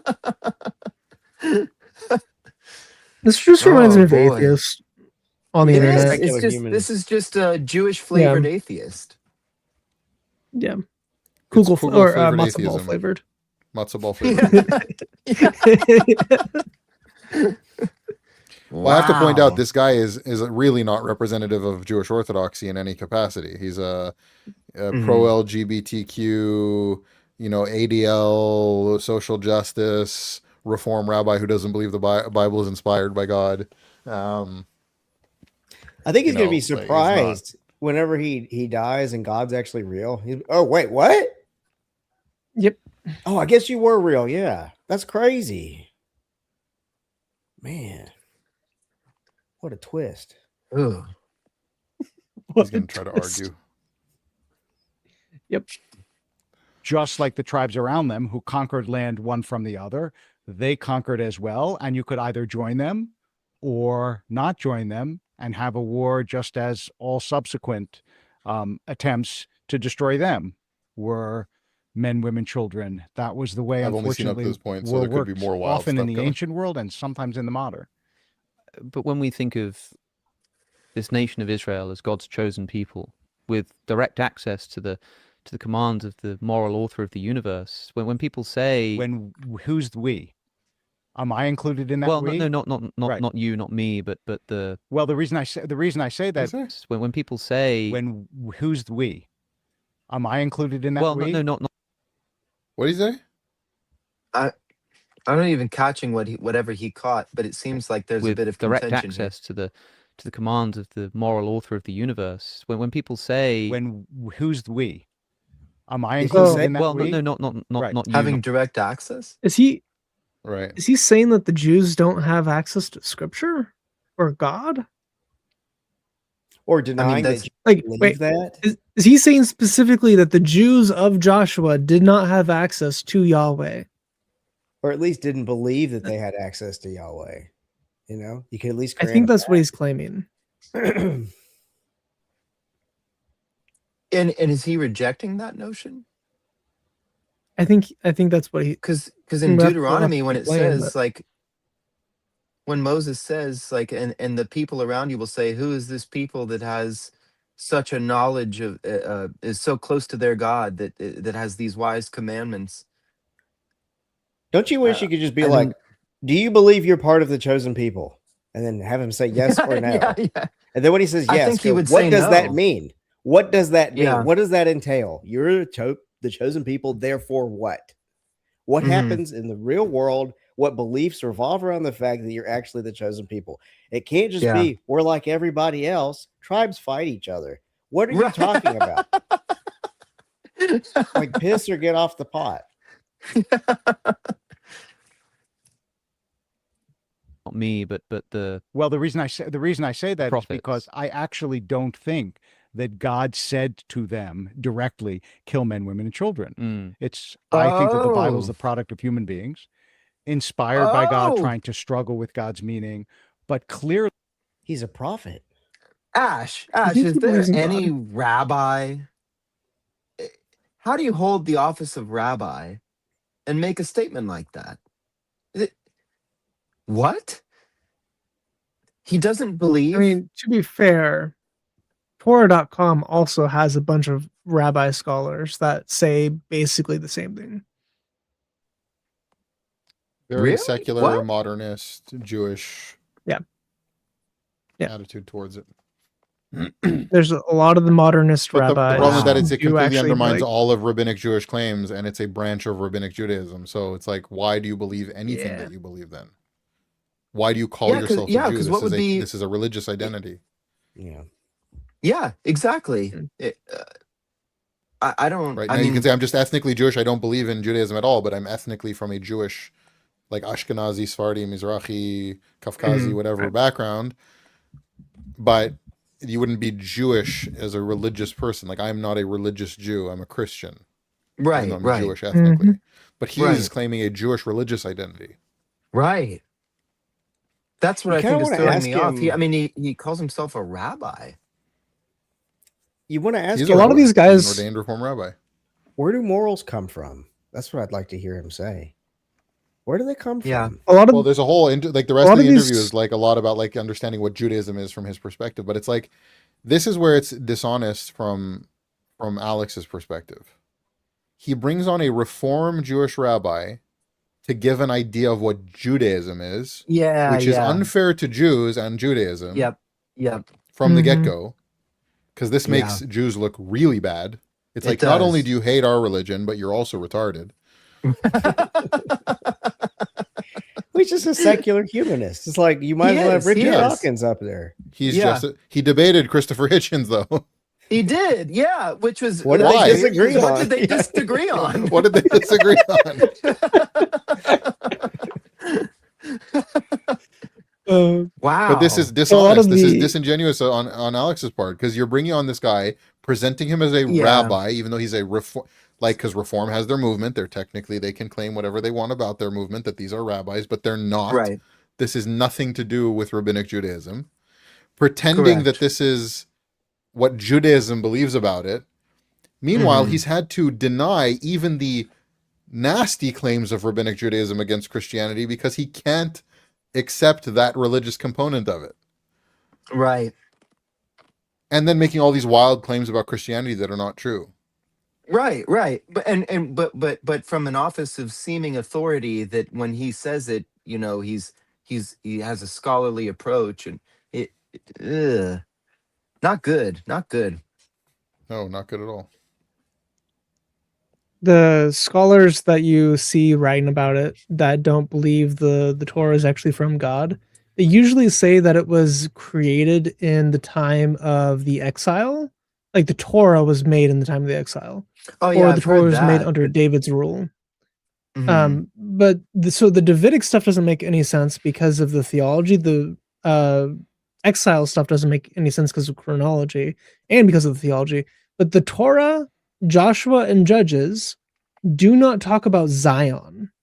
They don't talk about Jerusalem. They don't have the focus of the temple. They don't have Zion theology, which shows that they are written and completed before David and Solomon. So this guy No, unfortunately, and this is his not ilk satire. usually just entirely ignore the actual text itself, what the text says, the context of the text, the language of the text, the Egyptian influences within the text.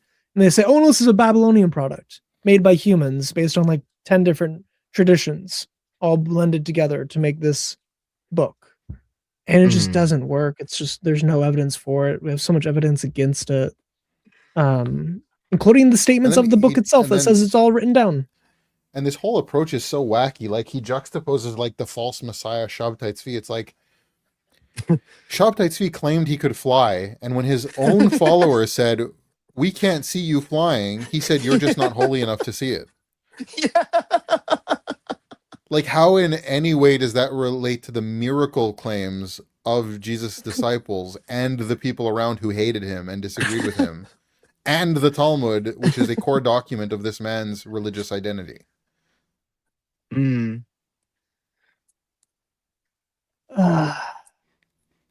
Beats me. It's insane. Beats me. It is an ancient text from an ancient people that intermixes stunning moral insights and spiritual truths with the realities of a very ancient world. How can you make the claim that it has stunning moral insights and spiritual truths if you don't believe it's true? And also accusing it God. of committing atrocities. And how do you Right. distinguish This is one so from the weird. other? Right. Right, So you've right. decided what the moral insight is, and then you're retroactively deciding which things of it you like and don't like. So who's So you're God essentially in a this secular religion? humanist. In this rabbi's religion, That's who's the circular God? reasoning. Can you look He's back his in own time idol. and yeah, and you can judge God and what was said. Goodness gracious. It's because that's why. Of course, at points in the Hebrew Bible, we have the recorded voice of God Yes. telling the nation of Israel to do what I would Oh, consider bless to be him. He some still thinks quite he's talking to a Jew. intolerably Oh, Alex. Somebody give him a hug, man. Come It's like, on. but Come the on, claim is that O'Connor. God are saying these things. God is saying these things. Yeah. Oh, In your Bible, it says that God said these things. But you think that it's no different from any Yeah, other this book. guy is a worse Jew than Jordan Peterson Oh, is a well, Christian, yeah. and Jordan Peterson isn't even a Christian. yeah. Very accurate. Right. But he's a rabbi. unethical war practices. Would you say that? I mean, you just said a moment ago you don't believe that God wrote every word of the Bible. I think that, of course, the Hebrew Bible as a whole shouldn't be treated as if God wrote every word. But those instances Well, where actually, it's- that's how the Jewish tradition traditionally saw it, as God. Okay, biblical anarchy. How did I just prove that Jesus isn't God? You better have a damn good response. Yeah, that would be fun because I think we've all been here for a long time with Ash and Yeah. didn't pick up any. I'm I didn't pick up assuming anything. I'm assuming he like started the stream just right now, and where he's like watching something from like an hour and a half ago, and he's not talking about right at this moment. To the topic that they're talking about, though, I lost my thought. Never mind. I needed to go to sleep earlier. Old man.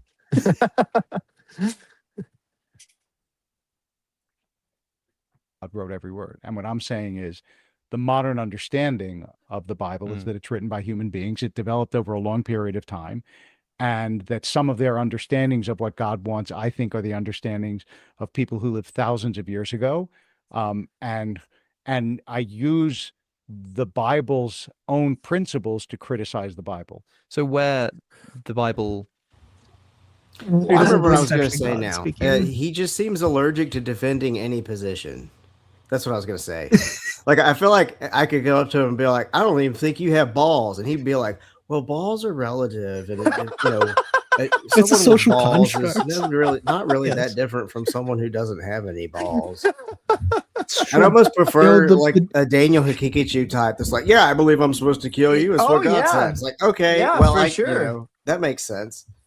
Yeah, At least someone you that can actually defend has a Have you- position, you know? No, biblical anarchy. That wasn't an invitation to come on the stream. That was to respond in No. the chat why you think I proved that Jesus isn't God, or send me an email if you'd like.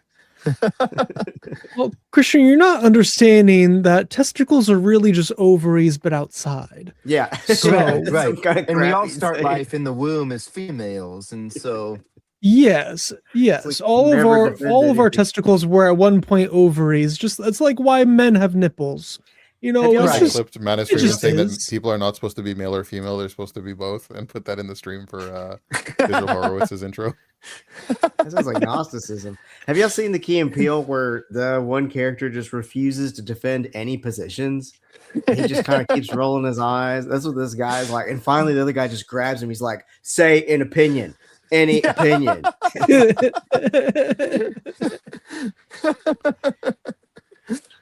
Well, what do you mean by believe? That's the same kind of thing. Yeah. That's what I told my friend back in the day, and this is long before. This is when I was first leaving, kind of on my way out of Judaism, long before I ever became a Christian, before I even read the New Testament. And my friend was a big fan of Jordan Peterson, and he was like, "How could you not like Jordan Peterson's work and all this stuff and blah blah blah?" I was like, "The guy, what do you mean his work? Like, let me play the role here. What do you mean by his work? Because everyone who goes and sits down, you could have 1,500 people sit down together to watch Jordan Peterson. Every single one of them will have a different opinion on the matter, and everyone will leave thinking that he validated their opinion. yeah. You know, it's just eloquent nothingness is what it is. And I and I have to don't defend- mean to attack him. I think he means well, but it's just you know, everybody laughs. I mean, in my generation, a little bit older than you guys, but you know, I make a big deal about how old I am. But like when Bill Clinton goes, well, that depends on what the definition of is. Yeah. And that Yeah. was funny when he said it, because like, what? Are you serious? Depends what you But mean. that's by I mean, it. that's basically Jordan Peterson's whole thing. You know, you philosophize everything into this nothing soup that sounds very educated and eloquent, but it means nothing. I mean, everybody can, like Ash said, everybody's going to walk away with their own thing. And what's the point of that? You know, that it's just nothing. It's just a big puffy sweet nothing. His sweet nothing I love the most. That's so funny. Sweet nothings is My sweet nothing. he does lit crit. He does lit crit of Peter Pan, and that video is actually really good, and it changed my life. What is but it? Probably y'all are gonna watch it and have a totally different interpretation of what he said anyway. So just prove your point. Also, my favorite Like, part of the it's- stream so far is Yeah. me and Ash can both pull up comments, and whenever we see the same comment, we both click on it at the same time. It immediately puts it back down. And me and him both saw this as it popped up in the chat. I immediately clicked on it at the same time. Balls are overrated. Yeah, but here's the thing, right? The issue with Jordan Peterson, not to get too far off of this, but like Jordan Peterson, like he'll have, let's say, Wes Huff come on and do a Bible scholarship lesson, right? And I disagree with Wes Huff, and I think he fudges sources a little bit here and there. But at the end of the day, that's his field of expertise, right? So it makes sense to have Wes Huff on to do a Bible scholarship series. Mm-hmm. Why is Jordan Peterson himself doing a series on what the book of Exodus means? Yeah. Yeah. Why? You don't care. You don't believe it's true. Right. You don't think that there's real theological value to derive from it, only symbols that match whatever your preconceived notions already are, as a psychologist, right, who studies Jung and whatever else. Yeah, he's Jungian. That's his Yeah. core. Yeah. I think there's some merit, by Make the way, your to like bed. Jungian analysis Make and your stuff like that, bed. but it's not. Make your bed. Everything after that. I'll try to do it, but it just turns into can't. Kermit the Frog. It's pretty Hey, simple. Why are there there you so go. many songs about rainbows? It's on the other side. No, I do have to say though, I do think he means no, they well, found but me I out. think the problem is because he does have like the what would be the word? He's up there, you know, and so people don't feel comfortable calling him out. I And called him out on X. yeah, that What? I think more people need to. And I actually think I don't see him as a person with. I mean, I think he's got I his don't own buy personal your struggles. symbols. But I think he's If I were he's to bring open reasonable to, evidence that the Prophet Muhammad, that he was a true I prophet, don't buy would you your be willing Allah. to become a Muslim? How about no? I don't buy your Allah. and then there's That's like but when Jordan David Peterson Wood goes like, going, "Don't you see?" Maple syrup. I don't buy your. But when he goes like, Don't you see the symbols? Don't you see the symbols and their connections? like, what does it matter? You don't believe it's from Right. God. right, It's just right. something you've identified a pattern in the world, just like any analysis of anything in the world. You come to a Mhm. conclusion about it, but that doesn't necessarily make it true, Right, and it's certainly right, not divine truth. right. And that's, I mean, to What people do you that, mean by truth? that he's Pilate. He's Pontius Pilate. He's a perpetual Pontius Pilate. And that's my second time alliterating this live stream. I think I should get like some sort of Jordan badge. Peterson is Pontius Pilate. A potential Should make a remake of the Passion perpetual of the Christ Pontius with Pilate. Jordan Peterson as Pontius People Pilate. think potential What Pontius is truth? Pilate. So they say you're the king of the Jews. Is that true? What do you mean by king? What do you mean by What do you mean Jew? by king? Do you mean like Caesar? What do you mean by truth? Or like the That's size of a what Tyler mattress? He does have balls, though. I got to defend him there too. He Jordan does. Peterson has That's why I balls. say I don't think he's not. Do you mean genuine. ovaries? But for I would- but I here's would the thing, enjoy for such dinner a, with for such Jordan an Peterson. intelligent man, and he's somebody who is genuinely intelligent, right? To get up Yeah. on stage and somebody asks like, "Do you believe in God?" What do you mean by believe? Do you believe in God? Do you live like you believe Yeah. in God? Like, It was a welcome bit to of a, like, a- Christianity. Yeah. Condescending flex. Like, at you that got point, it. It seemed like. But that's the claim of Christianity, is that we are fallen sinners who, without Mm, the grace of God, continue to do those things. right. Yeah. So, Man, here's where Ash is going Tells to play us, more of this video. God said I want to see how wacky. these words. It's not sort of a narrative. I mean, it's not sort of Right. even something like the Genesis story, like in the beginning, God created the heavens and the earth. It would be weird if like God said those words, like I can sort of understand that, but where the Hebrew Bible says these are the words that God spoke Right. to Moses, for Right. example, are you telling me that you're happy to sort of read that and say, well, maybe they just recorded it wrong? Maybe God didn't say these not things? not at all. They recorded it wrong. I'm not a literalist. Sure. It is that this is what they understood God to want of them, and I think that as a people, So all their prophecy and divine insight was wrong. Uh-huh. Right. Oh. So God It's said just what something they very you know, simple he's- to pull you them, guys up and here, they just I'm gonna go misunderstood it. use the. I'm gonna go do a live stream. He's gonna do a live stream. It's contagious, these live streams. Oh yeah, I've been holding a live stream back this whole time. Me too. Um, I've been drinking too much water. Some meme. The meme is coming out of me that will become a second live Hey, stream. now I've got all this nostalgia for the Monday crew. I was so sad to miss it Oh, this last man, Monday because yeah. I was ill. And Good time. there we go. There's my guys. To be fair, Ash does come on like half the time whenever we stream on He Monday. does.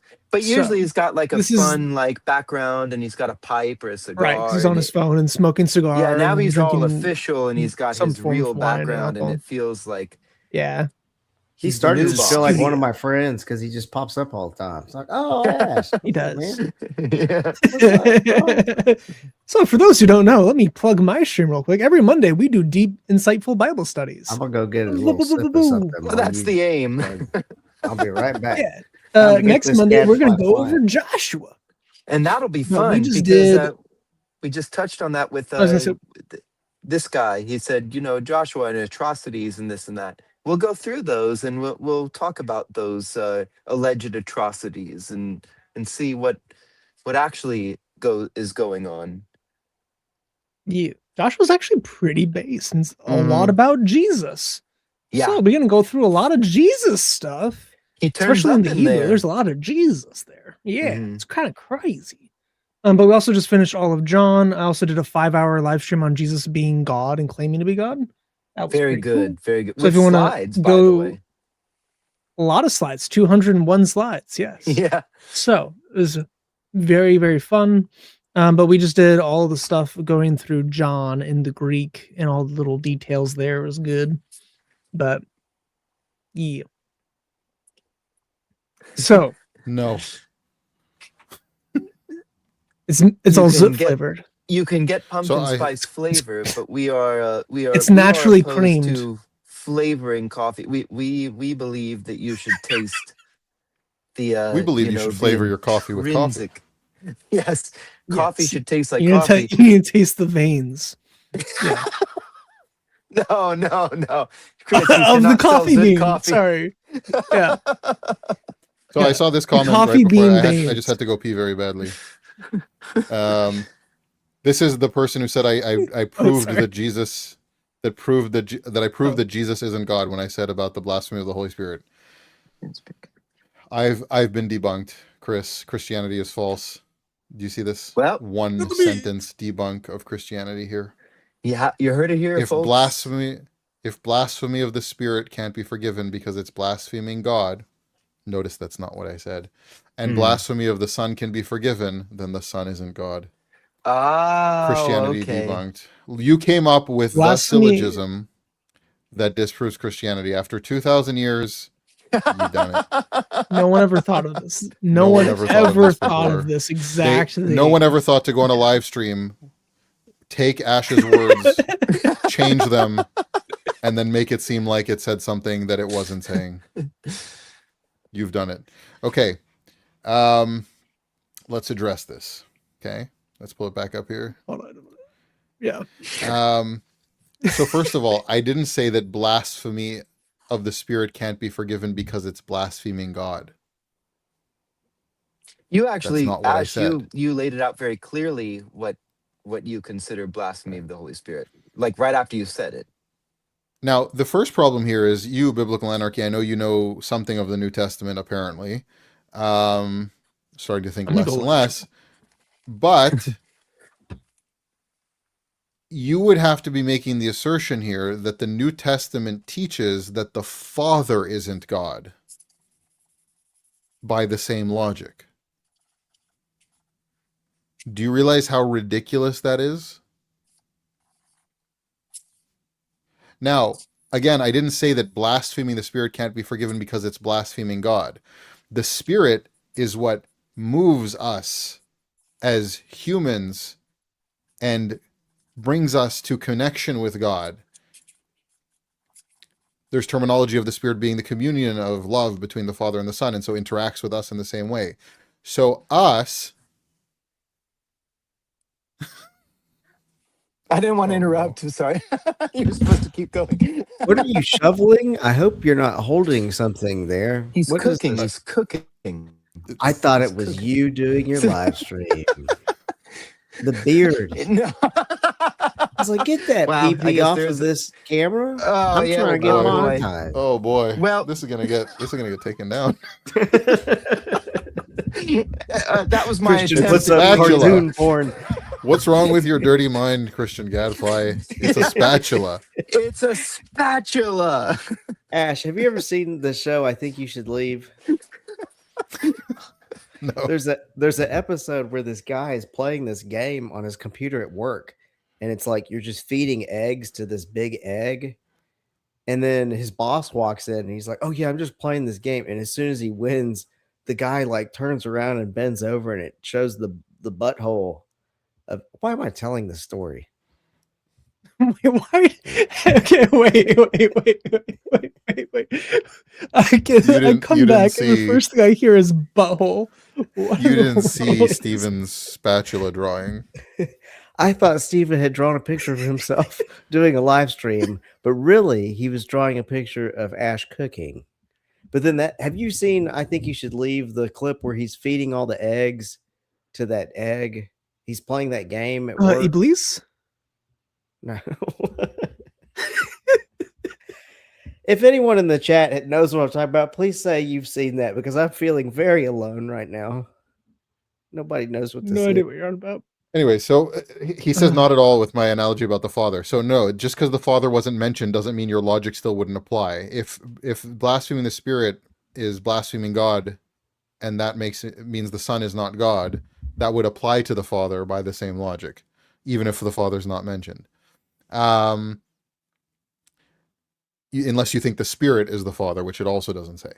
Now, I didn't say that blaspheming the Spirit can't be forgiven because it's blaspheming God. It's because the Spirit is how we are moved towards God and faith and brings us to Christ, that brings us to himself. So it's the Spirit that we'd be denying in that sense when we see the work of God and the hand of God in the world and deny it, when it's very clear to us, not only visibly, but internally and spiritually. You took something that I said, made it sound like something else, and this is your great argument against Christianity, how Jesus isn't God.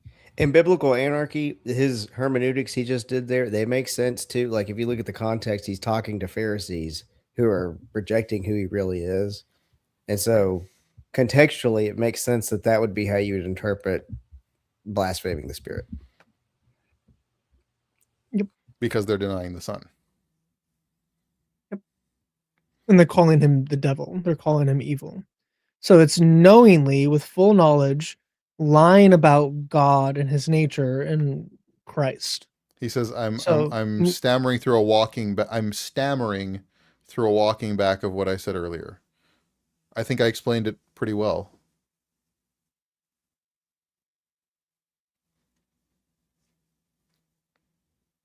Knees. Oh, you changed your name, it said. Why did The I do that? assimilator. Oh, he was talking about, yeah, they only did assimilation. They didn't wipe him out. And so then I made the assimilator. There's a funny, it's called The Jews Are Coming, but Yehudim Baim. It's like an Israeli comedy show, like sketches, and they do a lot of biblical stories. And see, he goes now, so the Spirit isn't God, it's just the force that moves us to God?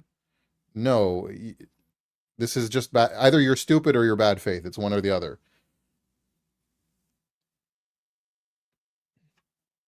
That's not what I said. Anyways, Jews are coming. So they have this sketch where Moses is like commanding, like giving the 10 Commandments, and he says not to kill. And the Israelites are all like, what do you mean I can't?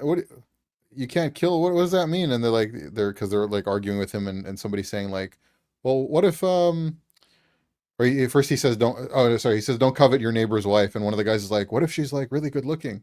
And Moses is like, no. Notice how I had to demote the Holy Spirit to escape. I didn't demote the Holy Spirit. No. The Holy Spirit is one of the persons of the Trinity, and the Holy Spirit is what works in us, the person of the Trinity who works in us to bring us to God. Like you're arguing against Christianity, but you don't appear to know what the claims of Christianity are.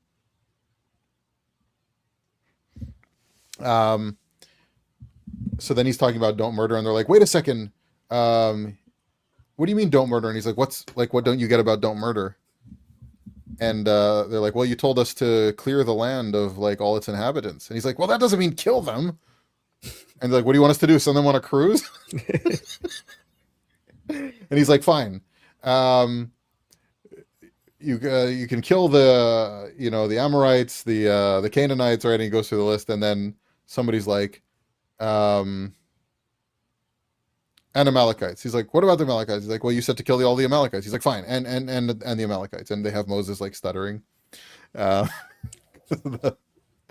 But then everyone's like, and Egyptians, and he's like, what do you mean Egyptians? Who was talking about Egyptians? And they're like, well, you killed an Egyptian. What, Moses can kill an Egyptian? If we he can kill any Egyptian he wants, and we can't. And he gets pissed off. He takes the tablets and breaks them on the lady's head and kills her. And he goes, don't kill. It's simple. Don't kill. What are you not getting? The funnier one though is when Abraham is going to circumcise his kids, and they're like, "No, no, don't do that." And he's like, they have Abraham like talking like to voices and stuff like that, and he's going to go circumcise them, and Isaac goes, "Wait, I heard it. No, it said do something else," and it makes it funny in the Hebrew. But he goes like, "No, do this instead. Like, don't." He said, like instead of Zion, it's Zayit. So he goes, "No, no." He said to cut a Zayit, which is an olive. And he's like, "Wait a second." And he goes, "God, did you mean Zion or Zayit?" He goes, "No, it's definitely Zion." So he circumcises them, and he goes, and they're like sitting there recovering, and they're like all ticked off at him, and they're like, "Dad, what are we supposed to do with the?" And he says, "Kippah," which is like the top. And he goes, "I don't know, put it on your head," which is a kippah. It's like the origin of the kippah too. It's even funny with subtitles. Like you have one where it's like they have Israeli cultural stuff, so they have like the execution of Adolf Eichmann. And the Israeli executioners, they've never done an execution before, so they keep messing up the gallows. And like they forget to tie the rope to stuff. And then the trap door, there's like floor right below it, and it doesn't go all the way down. And then they can't get the lever to work. And eventually in the last attempt, they're like 450 times later, we've grown, quite fond of you. And like they're having this whole like dialogue with Eichmann. And then they're like talking, they're like, they try to do it and it won't pull the lever. And he's like, "Come, let me do it." And he puts his noose around his own neck, like tightens it down, goes on the trapdoor and pulls the lever. And before he does it, he goes, if you want to do something right, you got to do it yourself. It's like, and they're like, "Wow." And then they're like standing around, they're like, "Wow, what an expert. Like he did that so smoothly also. And like no hesitation." They're like really impressed with Eichmann's own execution of himself. Yeah. I sent you both the egg game skit. You can watch that later on your leisure. Watch here, Biblical Anarchy. There's going to be, somebody said, "Did you ever secretly listen to Lizzo's Juice when no one's watching?" I don't know what that is. I have never heard it myself. I probably never will. I have the fortunate privilege to have never heard Lizzo sing anything. So I'm guessing with that, Ash demoted the Holy Spirit. There's going to be clips of that. Ash demoted the Holy Spirit by saying that it's the force that works in us that bring us to God. Just watch. And you can say anything, people will try to spin it. Yep. I don't have to deal with that. Continue watching the Rabbi and Alex O'Connor? If you want, it's just nonsense. See a little bit more. Let's see how much crazy we can get out of it tonight.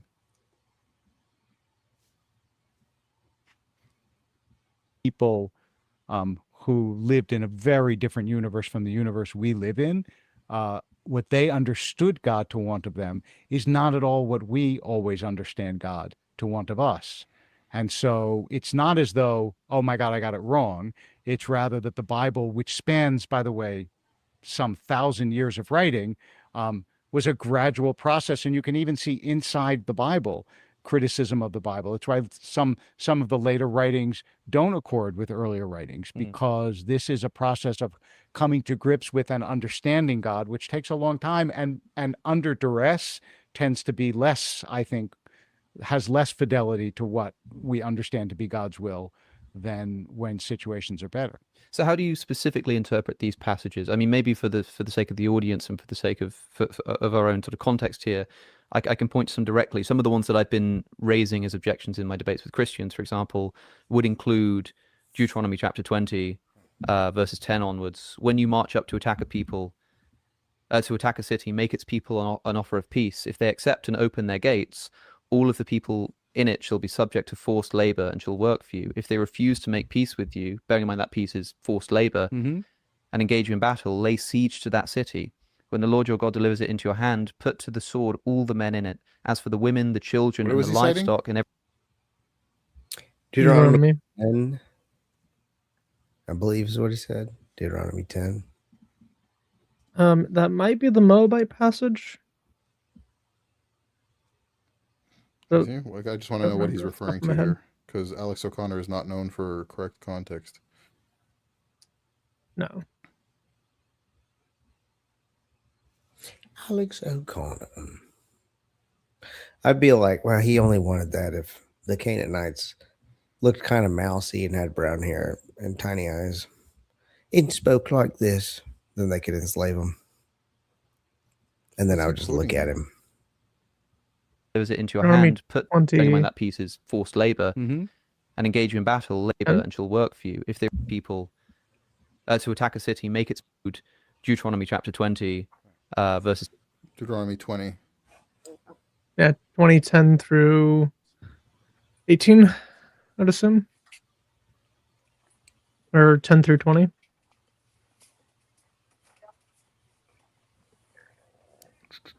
Steve, you're back. Troops. Is there anyone planted a vineyard? Has never been harvested. Let him go back to his home. Is there anyone who... It starts in so, verse 10. first of all, isn't this addressing a people that have attacked, that like this is a like what rabbinic Judaism would refer to a mandatory war as opposed to a permitted war, because it's an enemy that has come upon Israel? Isn't that the context? It looks like the context is specifically just about them leaving Egypt, going into the promised land. Just when you march up to attack a city, it doesn't tell us why they're attacking the city. I think this is just the Canaanite conquest passage. But that in and of itself would go against the, you have to destroy all Canaanites. If this is actually like hey, you can survive if you become indentured servants, that would go against the command of, they have to kill all of them. This sort of thing's easy Because to debate against an atheist like Deuteronomy O'Connor. 20. You'd be like, yeah, God said it. It's good to do. What are you going to say about it? You have no moral standard. Well, I mean, he has no standard to stand on anyways. Right. Deuteronomy 20, Yeah. 10. So 16 and 17 adds a little bit more of a leeway. So only in the cities of those people that Yahweh your God is giving you as an inheritance, you shall not leave alive anything that breathes. But you shall devote them to destruction, the Hittite, the Amorite, the Canaanite, the Perizzite, the Hivite, the Jebusite, as Yahweh your God has commanded you. So that would mean that the rest of it is just applicable to all war going on into the future. But specifically only those Canaanites you actually have to destroy. I guess I have a bone to pick with Christian translations here, and Jewish translations also, but for Christian translations for not being better. The verse doesn't say forced labor. Like, it doesn't mean like labor camps, right? Lamas in Hebrew, like that's a word used in modern Hebrew to mean tax. It's a tribute. Mm-hmm. And they will serve you, meaning they're going to pay you tribute from their labor. It doesn't mean you're putting people in labor camps.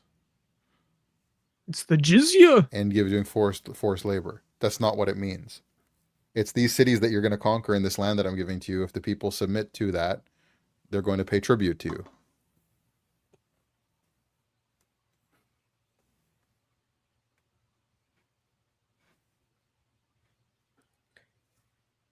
And I can't fault Alex on this one, because that's how they translate it to the English. It's like, and they shall like be forced to do labor.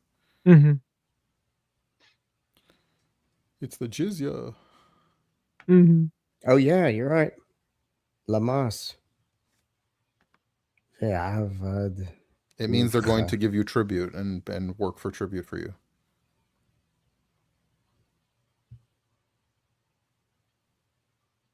Ten onwards. When Yeah, and this is the other aspect of it is,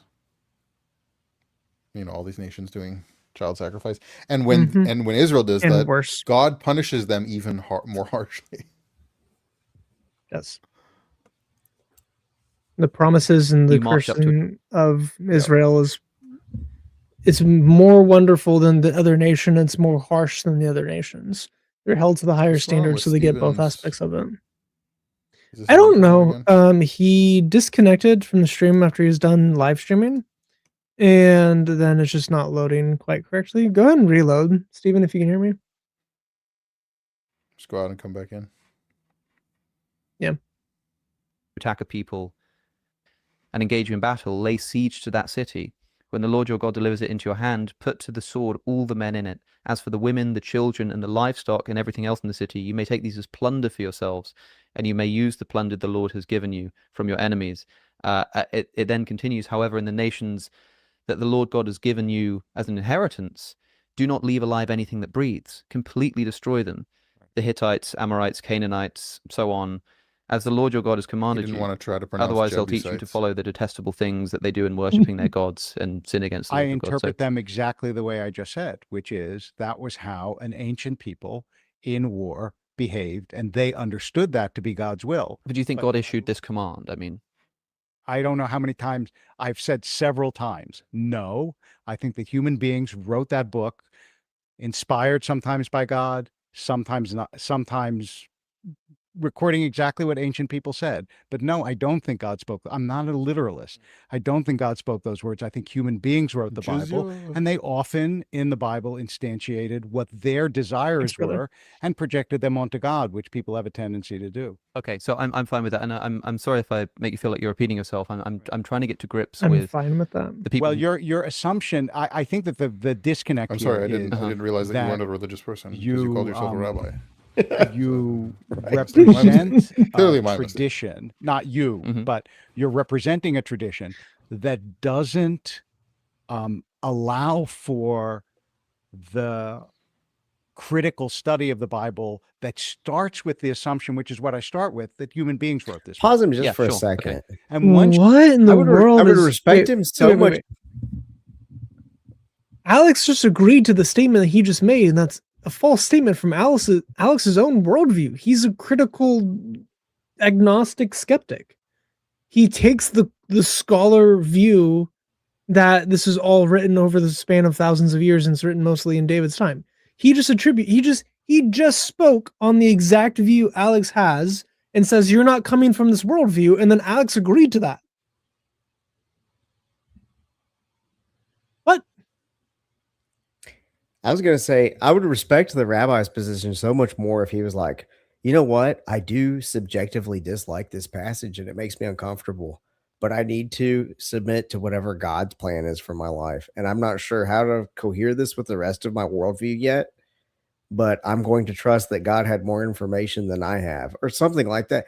It's just like no humility. It is all just like, Right. yeah, they got But how does that help him support the ADL demonizing Christians for the New Testament while claiming that he promotes Christianity? I don't see how that ties in. It's like, it's okay to say there's something in scripture that Christmas. makes you uncomfortable. This guy's incapable of defending a position that makes him uncomfortable. He's just so like, he's like a buttery squid.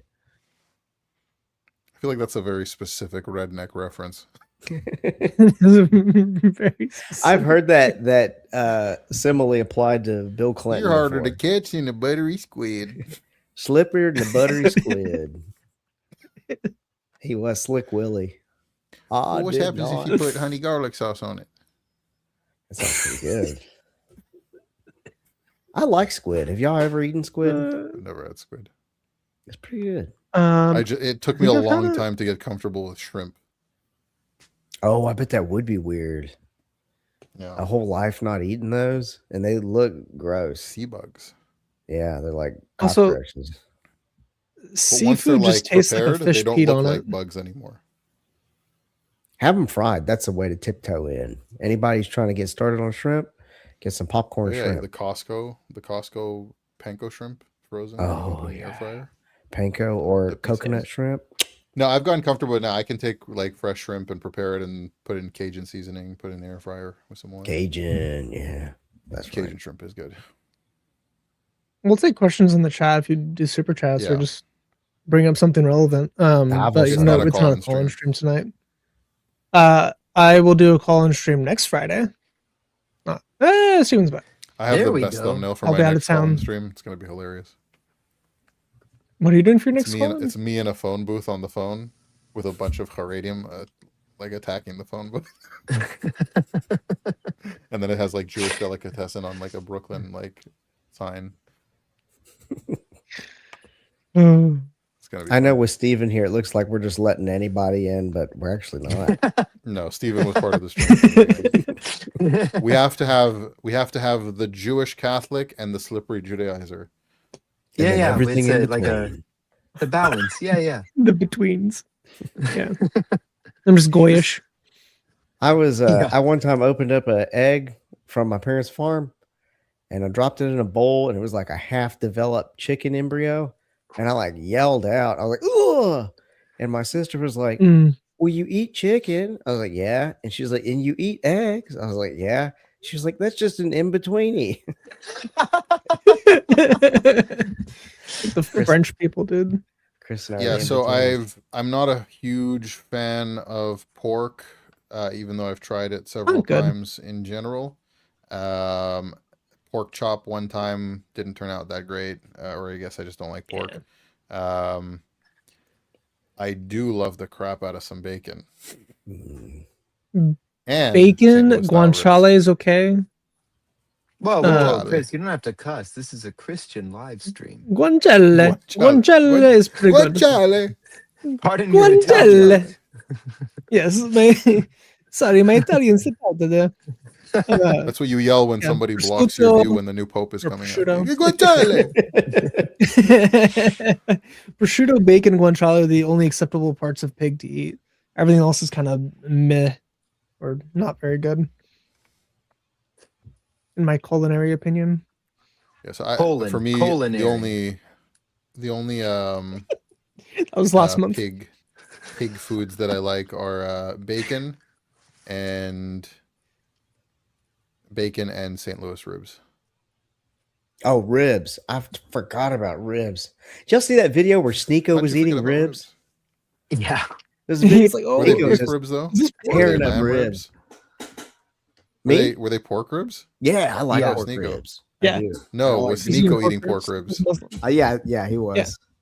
As a And he Muslim? could have lied about it, gotten away As a with Muslim. it. Yeah. Instead, he was like, "Y'all need to quit Yeah. judging me" or something stupid. It's like, okay, well, you just verified that they were Yeah. pig. You know what's He's gonna go funny kiss is the black swan. It's okay. I grew up with pork and ham as my He ate favorite pork food. ribs. But pork ribs, like there's something that's just not okay about it. Like it's like Jello, hush. you know? It's like Jello. Pork? Yeah, pork ribs. Pork ribs. Jello. It was Do like you mean it melts in your mouth when you eat it? yeah, and but not in a Oh, good Like a way, Wagyu you know? steak? No, like you want M&Ms to melt in your mouth and not in your hand. And that's an okay thing. But like when you're eating like a carcass and it just kind of turns into this weird like pudding, this gray Yeah. pudding in your mouth, it's like I don't know about Making me that. hungry. Called well rendered fat. That's a Yeah, that's it's a delicacy. bit much. Even for me, I mean, I convinced my family the last Thanksgiving I ever celebrated. I convinced my family to not have a Thanksgiving turkey, but to have a Thanksgiving ham. And so I was a big Oh, I like big ham pig too. I fan. forgot about that.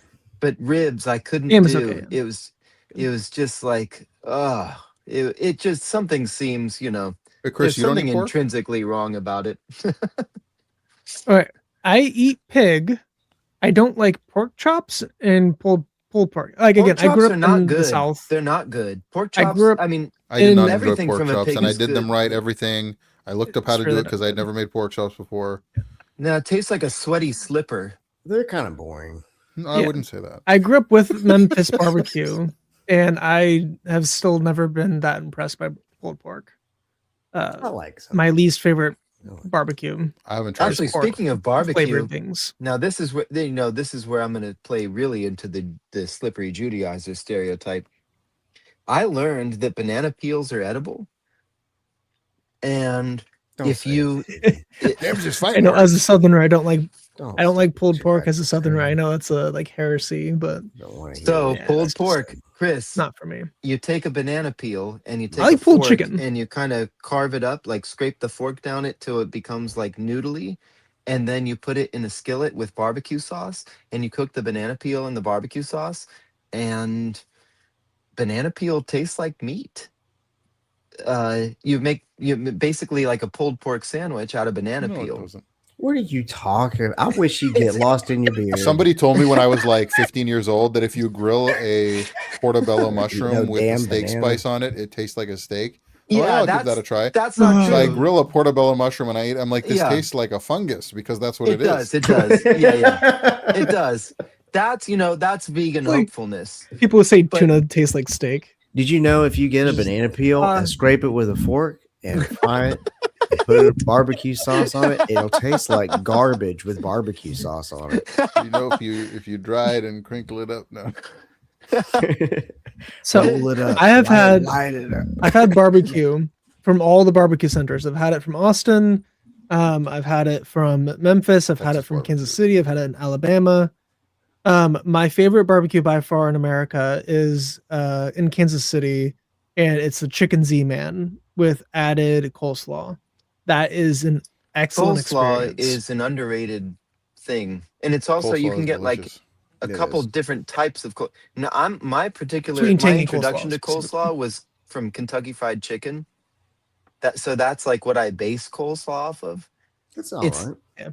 It's pretty It's good, fun. for what you can get from fast food. a fast food place. But there's also Canes like a has some good vinegar stuff too. based. Raising Canes. Yeah. And there's a place locally here called City Bird, and they make coleslaw. And I mean it's it's a funny thing. Because So- it's You cabbage. you keep doxing where you live over I and know, over and you know, over I again don't- by mentioning things are like by your house. Yeah, You gotta I just think, stop, my guy. if people You gotta stop. I've been hated long enough. If people want to do something about it, just send me to the Lord sooner. I'm just not worried. Maranatha, just kill me, I guess. Yeah.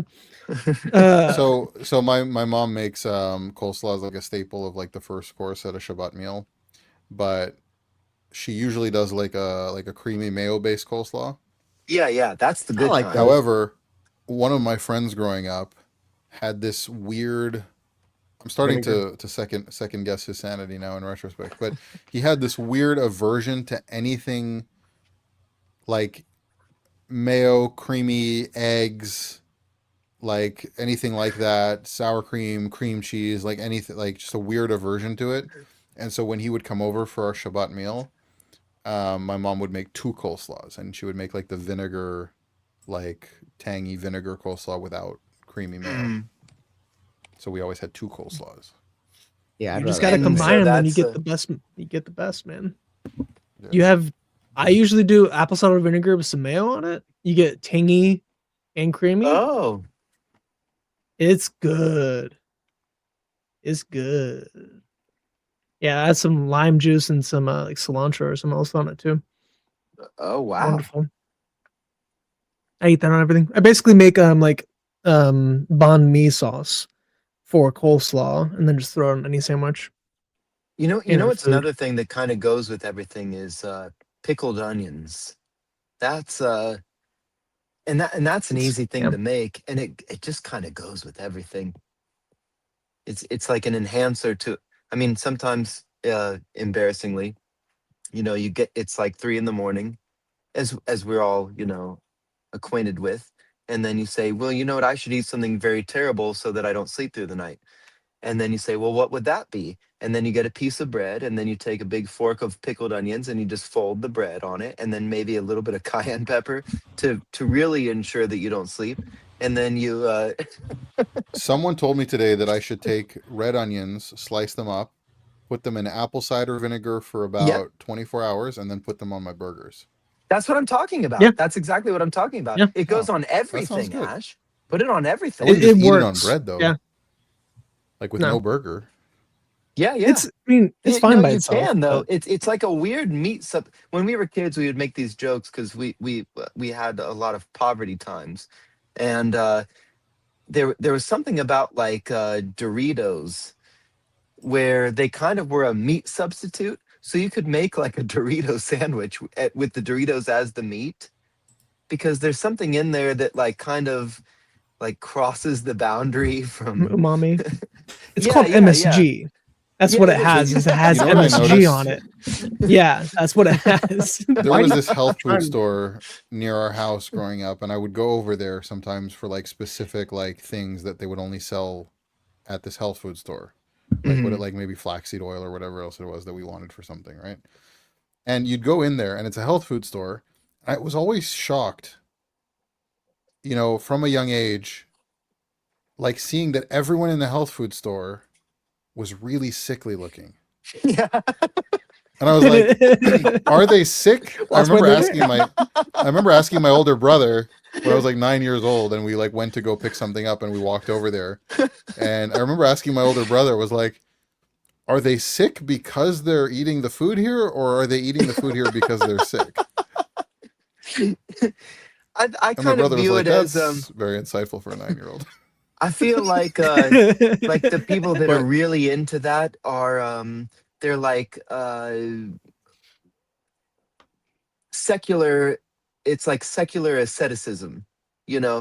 Hmm. It's It's very new agey. they suffer nobly from their perspective so that other things don't have to suffer, but I mean they do suffer. It's just not a So, but here's the The funny thing Green about it. Party, So yeah. I started boxing when I was 14. I boxed until I was about 20 years old. I did like somewhat competitively. I was coaching at one point and stuff like that. And so I was very into like, I had to do like a nutrition segment for my coaching like license that I did. And then in general, I was into nutrition and like stuff like that for sports. And I remember coming across people who are vegan and also gluten free. ooh. And I was like, What's left? how are you alive? Yeah. What do you It's eat? just not a Dirt? fun life. Like you need the gluten from the wheat products to make the complete protein with the protein. legumes or whatever other thing, peas or whatever Uh-huh. else it is that you're eating. How are you getting any just eat a- protein at all? And I realized eat a they're all lot of just beans and slowly nuts. wasting away. Well, But yeah, even beans yeah. and nuts wouldn't give you a total protein, so there's going to be amino acids Right. you're lacking It wouldn't. that your liver Yeah. can't survive on, that your heart can't grow on, right? Right. Like They're just regenerate slowly itself. dying. There's a reason God You're gave like us slowly meat after the starving to flood. death. It's crazy. Why would you do that to yourself? I got a crush on a girl who was a vegetarian in college, and so I tried to go without meat. I lasted, I think, 2 weeks. 2 minutes. It was like 2 weeks, and then I just was like, I can't do it anymore. And I got a steak. My dad had slaughtered a cow, so it's like, Don't you just- know not to change your whole lifestyle for a woman, man? Come I on. was young, I was This stupid, is and manhood this is how I 101. learned this lesson though, because I took that steak and I cooked it for maybe 10 seconds, flipped it over. It was barely cooked. I think there was blood coming out of it. And I put it in my mouth, and it was like, oh, I didn't realize how bad I was. Like it felt like I woke up or something. It was like whenever you're sick, you don't realize you're sick until you feel better. You go, wow, this is what it feels like to feel. Because I like, yeah, man. I love her. I'll be able to fix her. It's okay. When it's like when Grow the up, blood take from that control, meat hit my Parables. body, the lights came on. I was like, suddenly I have short-term memory again. You know what's funny about that? Like, there's a lot of people out there that are this like they'll talk about that like jokingly. So I was like that to like almost a fault. So on my first date with my wife, like somehow it came up like a political disagreement or something like that. And I was like, she just tried to like move on with it, like say the thing, and then I was like, no. We're going to talk about that now. And I explained to her why she changed her mind. And I was like, good, this is good progress.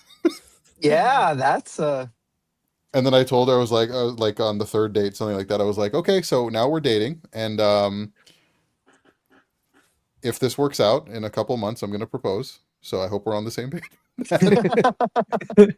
I proposed fast too. It was like we've yeah, been dating yeah. like a month or something. We wasted that. No, time. not fixed her. I think it was more of a misunderstanding about what was actually happening with that particular thing. So once I was able to once she saw it for what it was not exactly fixing. Yeah, I talked to my wife But- and like, hey, let's get married at like 3 weeks in. Like we had just told each other we loved each other, and I was like, yeah, let's just get married. It'd be good.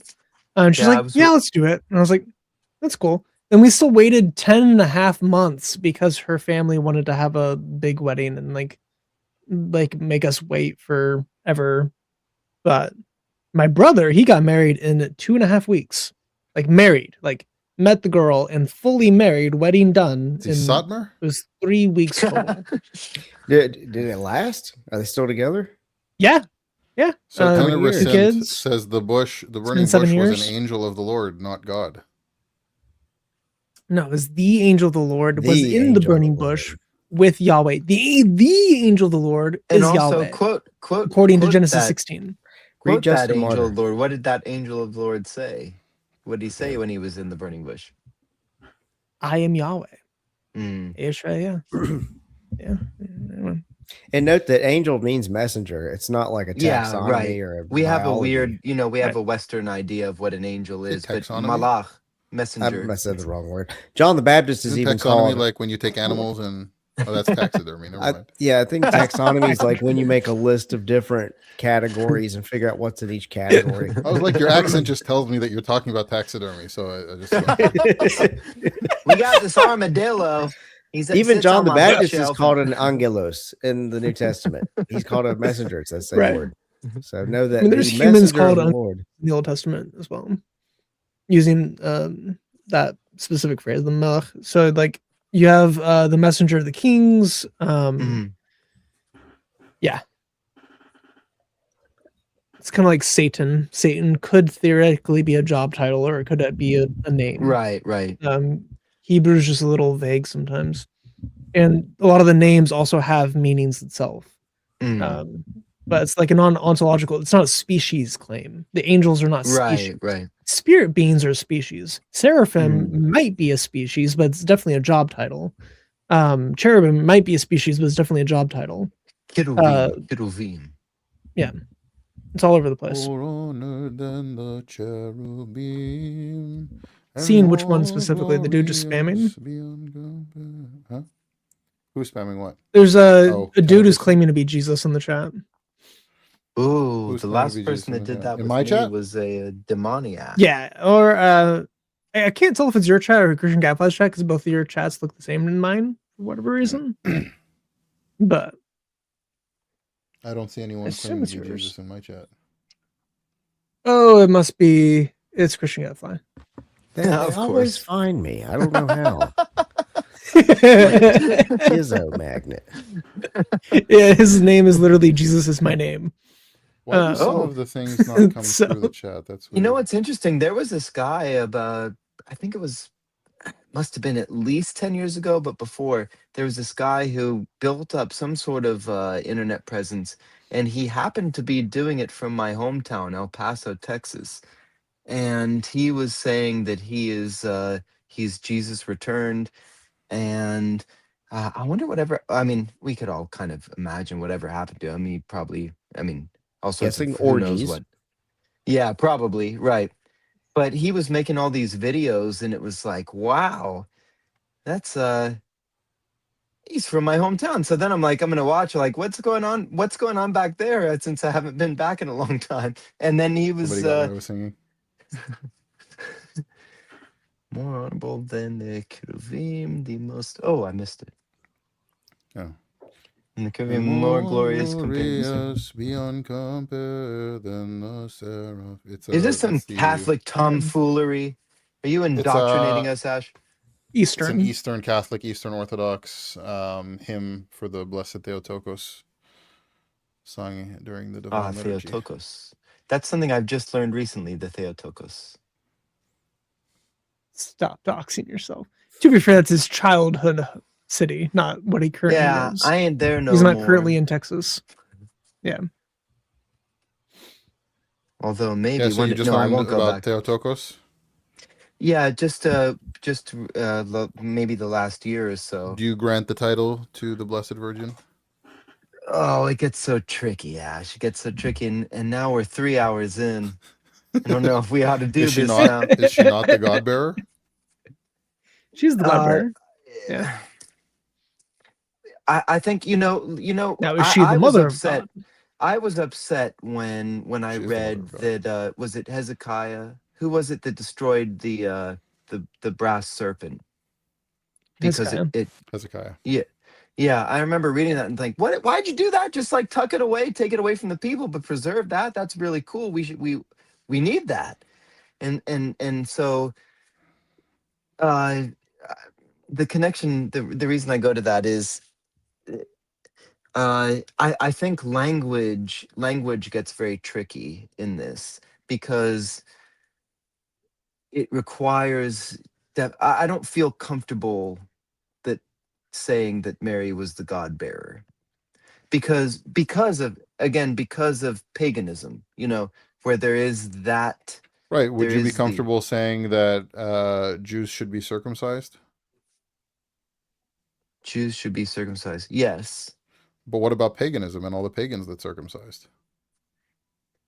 What about sacrifices on an altar? Should the Israelites have brought sacrifices on altars? Oh, What about all the no, I see pagans that what you're brought saying sacrifices there. on altars? Yeah, no, I see. It's just Right. for what makes it difficult for me is when it becomes like again, that's why I brought up the brass serpent. Is there was nothing wrong with that brass serpent, but and also, in my opinion, to preserve the brass serpent would be So there's nothing super wrong cool. with calling Mary Theotokos unless people start worshiping her as some kind of deity.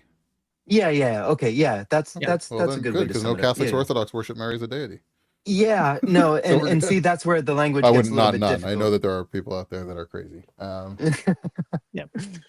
Yeah, so it's it makes me I get it. There are uncomfortable to. Catholics somewhere, in South America that think that Mary's just like another version of like Mother Earth. I get it. No, and I know that, and that's not actually what I'm talking about. I mean, I have one of the places I work. I have a Catholic calendar at my desk, because I share a desk with someone, and the prayers that I see to Mary make me very uncomfortable, because they attribute things to her that I think are divine, and it just, it makes me feel not it doesn't feel very wholesome to me, Hmm. because they appeal to her as the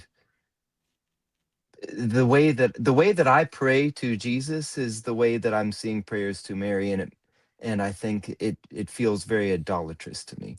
But that's just, that's my very superficial statement on the things. If we were going to have an in-depth talk, I would like to be more informed, and I would like to hear your rebuttals as to, if you would say, hey, no, you can relax because such and such.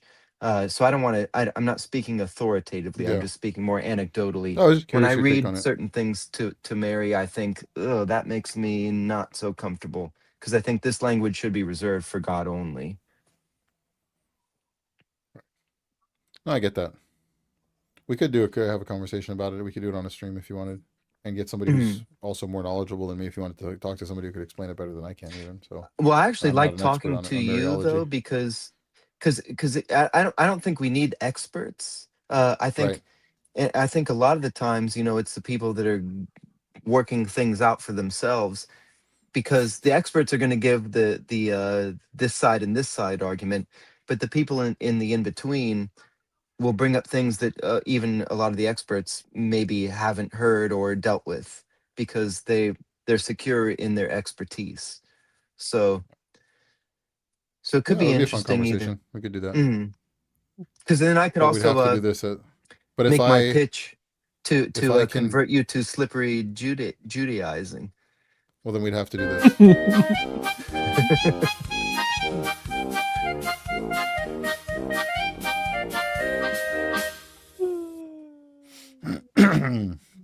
Anyways. Yes, we're proud of that. I found a way to slip Ali Dawah into one of my videos about Judaism. It can be done. You're a liar! Lying liar! Lying liar from Lying Liar Land on Liars Getting Free Day, boy! That's one of Do the you have a best ones. soundboard that works independently of whether or not you have control of the assets in a stream? Yes, I have a virtual audio cable, so I can play whatever I Oh. want through my mic. I can't do that with the Mac. So You're hiding, boy. You're hiding. yeah, I have a lot of them. You need to get Uthman That's saying insane. King of the Elves. Yeah. Is Avery Last being stream king of was the on- animals? Yeah, so Last stream was on there's with David. a I actually whole had David there's a quote whole David religion. to him with me.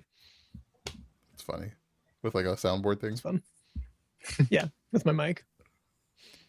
Where So we there is stand. a whole religion in South America that is based around taking Catholic prayers and saints and offering those things to demons that they think are the real things that are being represented. Like that's a whole religion, but they pretend like they're Catholics. So it's a little bit confusing because you see some people that do crazy stuff that appears to be the Catholic Church, but it's not. It's a different religion.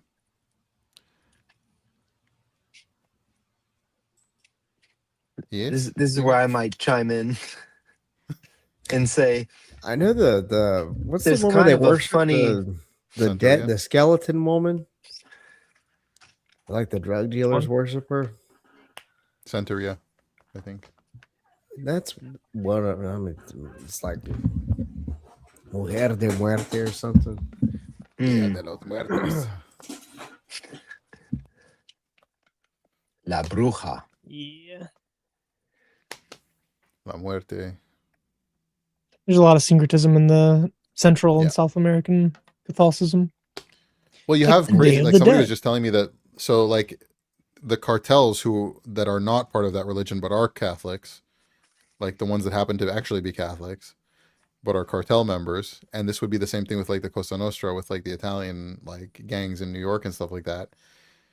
They were almost like Pharisee legalism with things, with their religious practices. So they would get somebody that they were going to whack and put them in a position where they'd be committing mortal sin and then kill them. Specifically at that point, so that they go to hell.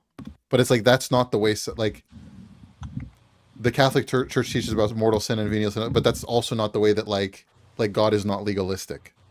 Like that's not the way salvation works. Is not this legalistic mindset, right? And the Catholic Church teaches that you don't that kind of Phariseeism about things doesn't actually align with the gospel.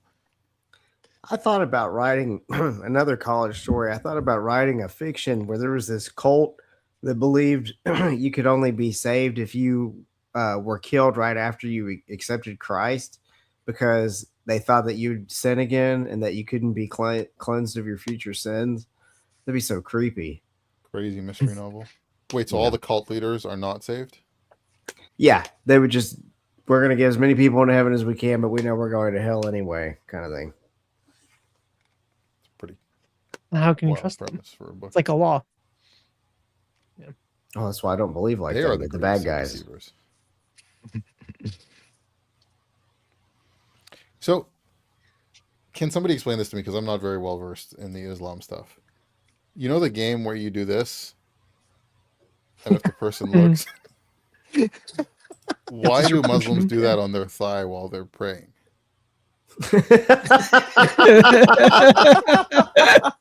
Is that like Because if you it's can a get the, violent if you can get the religion, imam Ash. to look, Make sure you don't look. if Guys, you make can sure you get the don't imam look. to look at the end of prayer at your thing that you do.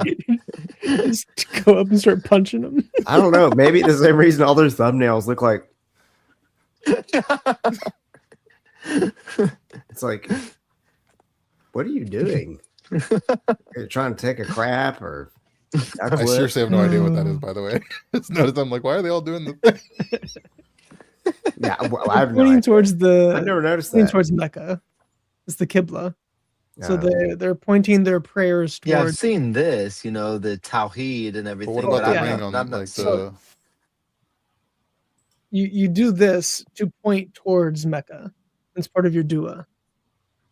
So like you're doing extra supple because they have to pray so much. They're doing extra prayers during their prayers towards Mecca to then get more points on Judgment Day, to then get better paradise, more virgins. That's pretty wacky. The Mexican cult's I mean, called they're already Santa facing Muerte, Mecca. I think. What's it Or called? the lady she's called Santa Muerte. Yeah, Saint yeah. Death. Yeah, that's. It's because Muhammad did it in the Hadith. That seems like Their some thighs. Aztec stuff. They're supple Islamic thighs. Why did we invite him? I don't need to hear those words. Steven likes Oh, them. The Islamic prayer leaderboard on Monday is a there was crazy idea. What? that's an Islamic idea, yeah. Milky white. On Monday, me and Mary were just going through some of the most deranged stuff, and people are like, "Yeah, that's enough internet for today." And today's a terrible day to have ears. Yeah, there was night vision With the brought Quran, up, every and day is a terrible way to every day. And Pakistan. dolphins. Quran There and was Pakistan. dolphins. A bad Yeah, combo. they're actually making a species of dolphin go extinct because they can't stop doing it with them. There goes my killing monetization them in the here too. process. Thanks. It's gone. Yeah, that gray button, Christian, is going to remain gray for eternity. For days. It's like mid-process while they're investigating your channel. Yeah.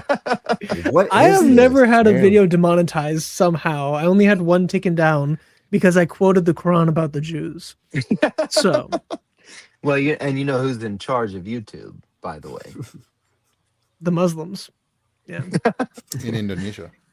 Yeah, but why? All the friends of Why are Toby the Singer. Muslims in charge? It's- Yeah. Who put them in charge? They're making a good point. I think I'm making a good point. Yeah, we got the Chris, you and me, we got the Yod Squad. That's Yeah, I have my yod handy at all times. Whenever it's like not But zoomed can in you on the put camera, on it your kind of just looks like I'm tefillin in flicking it 35 off. seconds? no, I Ash, cannot, that was in very fact, that was no. That was very your impressive. legitimizing point there. Is it, the camera goes black, Yeah. and then all of a sudden it comes back, and he's got it wrapped like an expert. He's ready to be on the street We just need corner to. I asking, can. I have to confess, I I'll didn't clip wrap that it for myself. you. I keep a Chabad friend in my closet with my phylacteries. To do it. We What's need the to name do a of that? stream and then post Shabbos that Yehud? every single time someone says you're not a He's Jew. he's my it's like Shabbos Goy, but it's my streaming Jew. yeah. What's the name of that alien who sells pod racer parts in Oh, episode 1? Sebulba. No, who sells the parts? No, Guerda. Oh, that's right. It's Yeah, gonna be yeah. a good price. That's the voice that sounded like Chris was doing. And then I was like, wait a minute. What was George Lucas going for with that? exactly? He's like obsessed with money. No, I have to. I don't keep Yehuda. Yehuda in the closet. Yehuda's in the closet all by himself.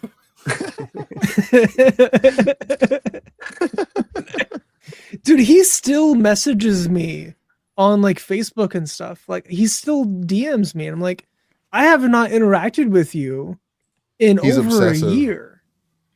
He's very obsessive. Like, had I known, like that it was just like a psychosis thing. I can actually.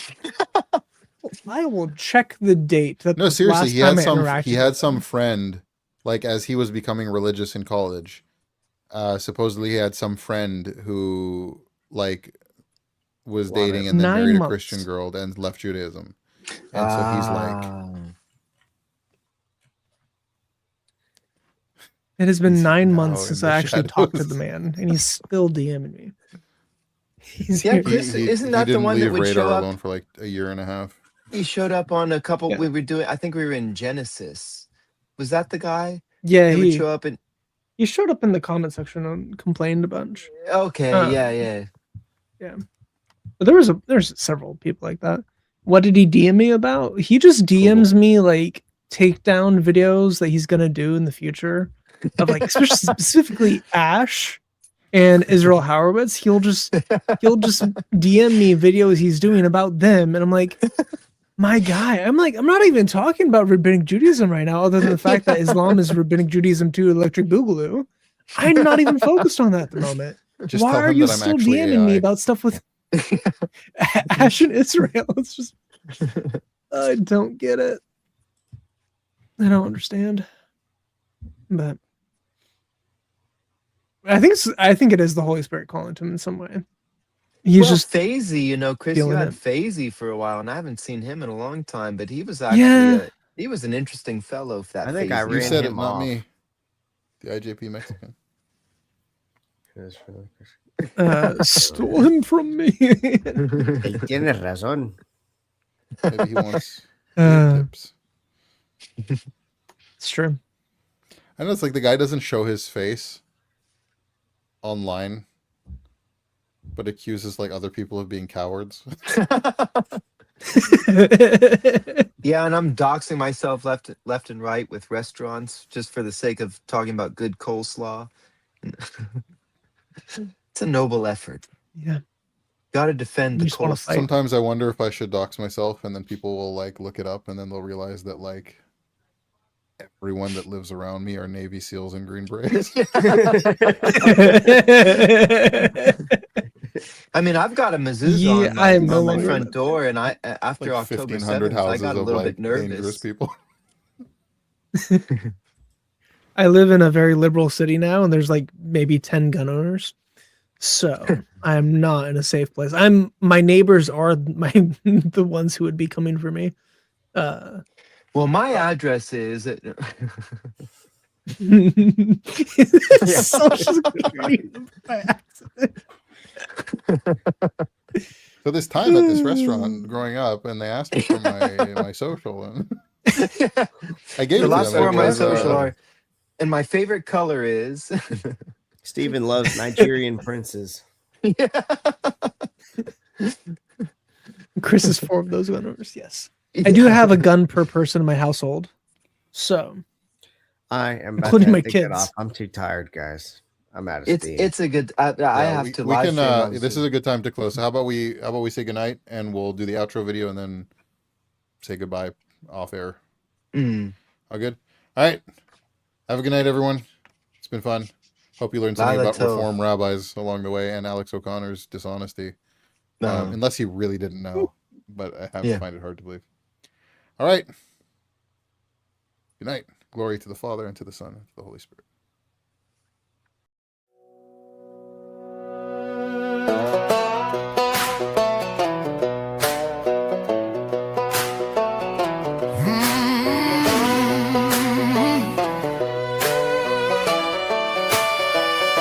The Lord is my shepherd, I shall not want. He maketh me to lie down in green pastures. He leadeth me beside the still waters. He restoreth my soul. He leadeth me in the paths of righteousness for his name's sake. Yeah, though I walk through the valley of the shadow of death, I will fear no evil. For thou art with me, thy rod and thy staff, they comfort me. Thou preparest a table before me in the presence of mine enemies. Thou anointest my head with oil, my cup runneth over. Surely goodness and mercy shall follow me all the days of my life, and I will dwell in the house of the Lord forever.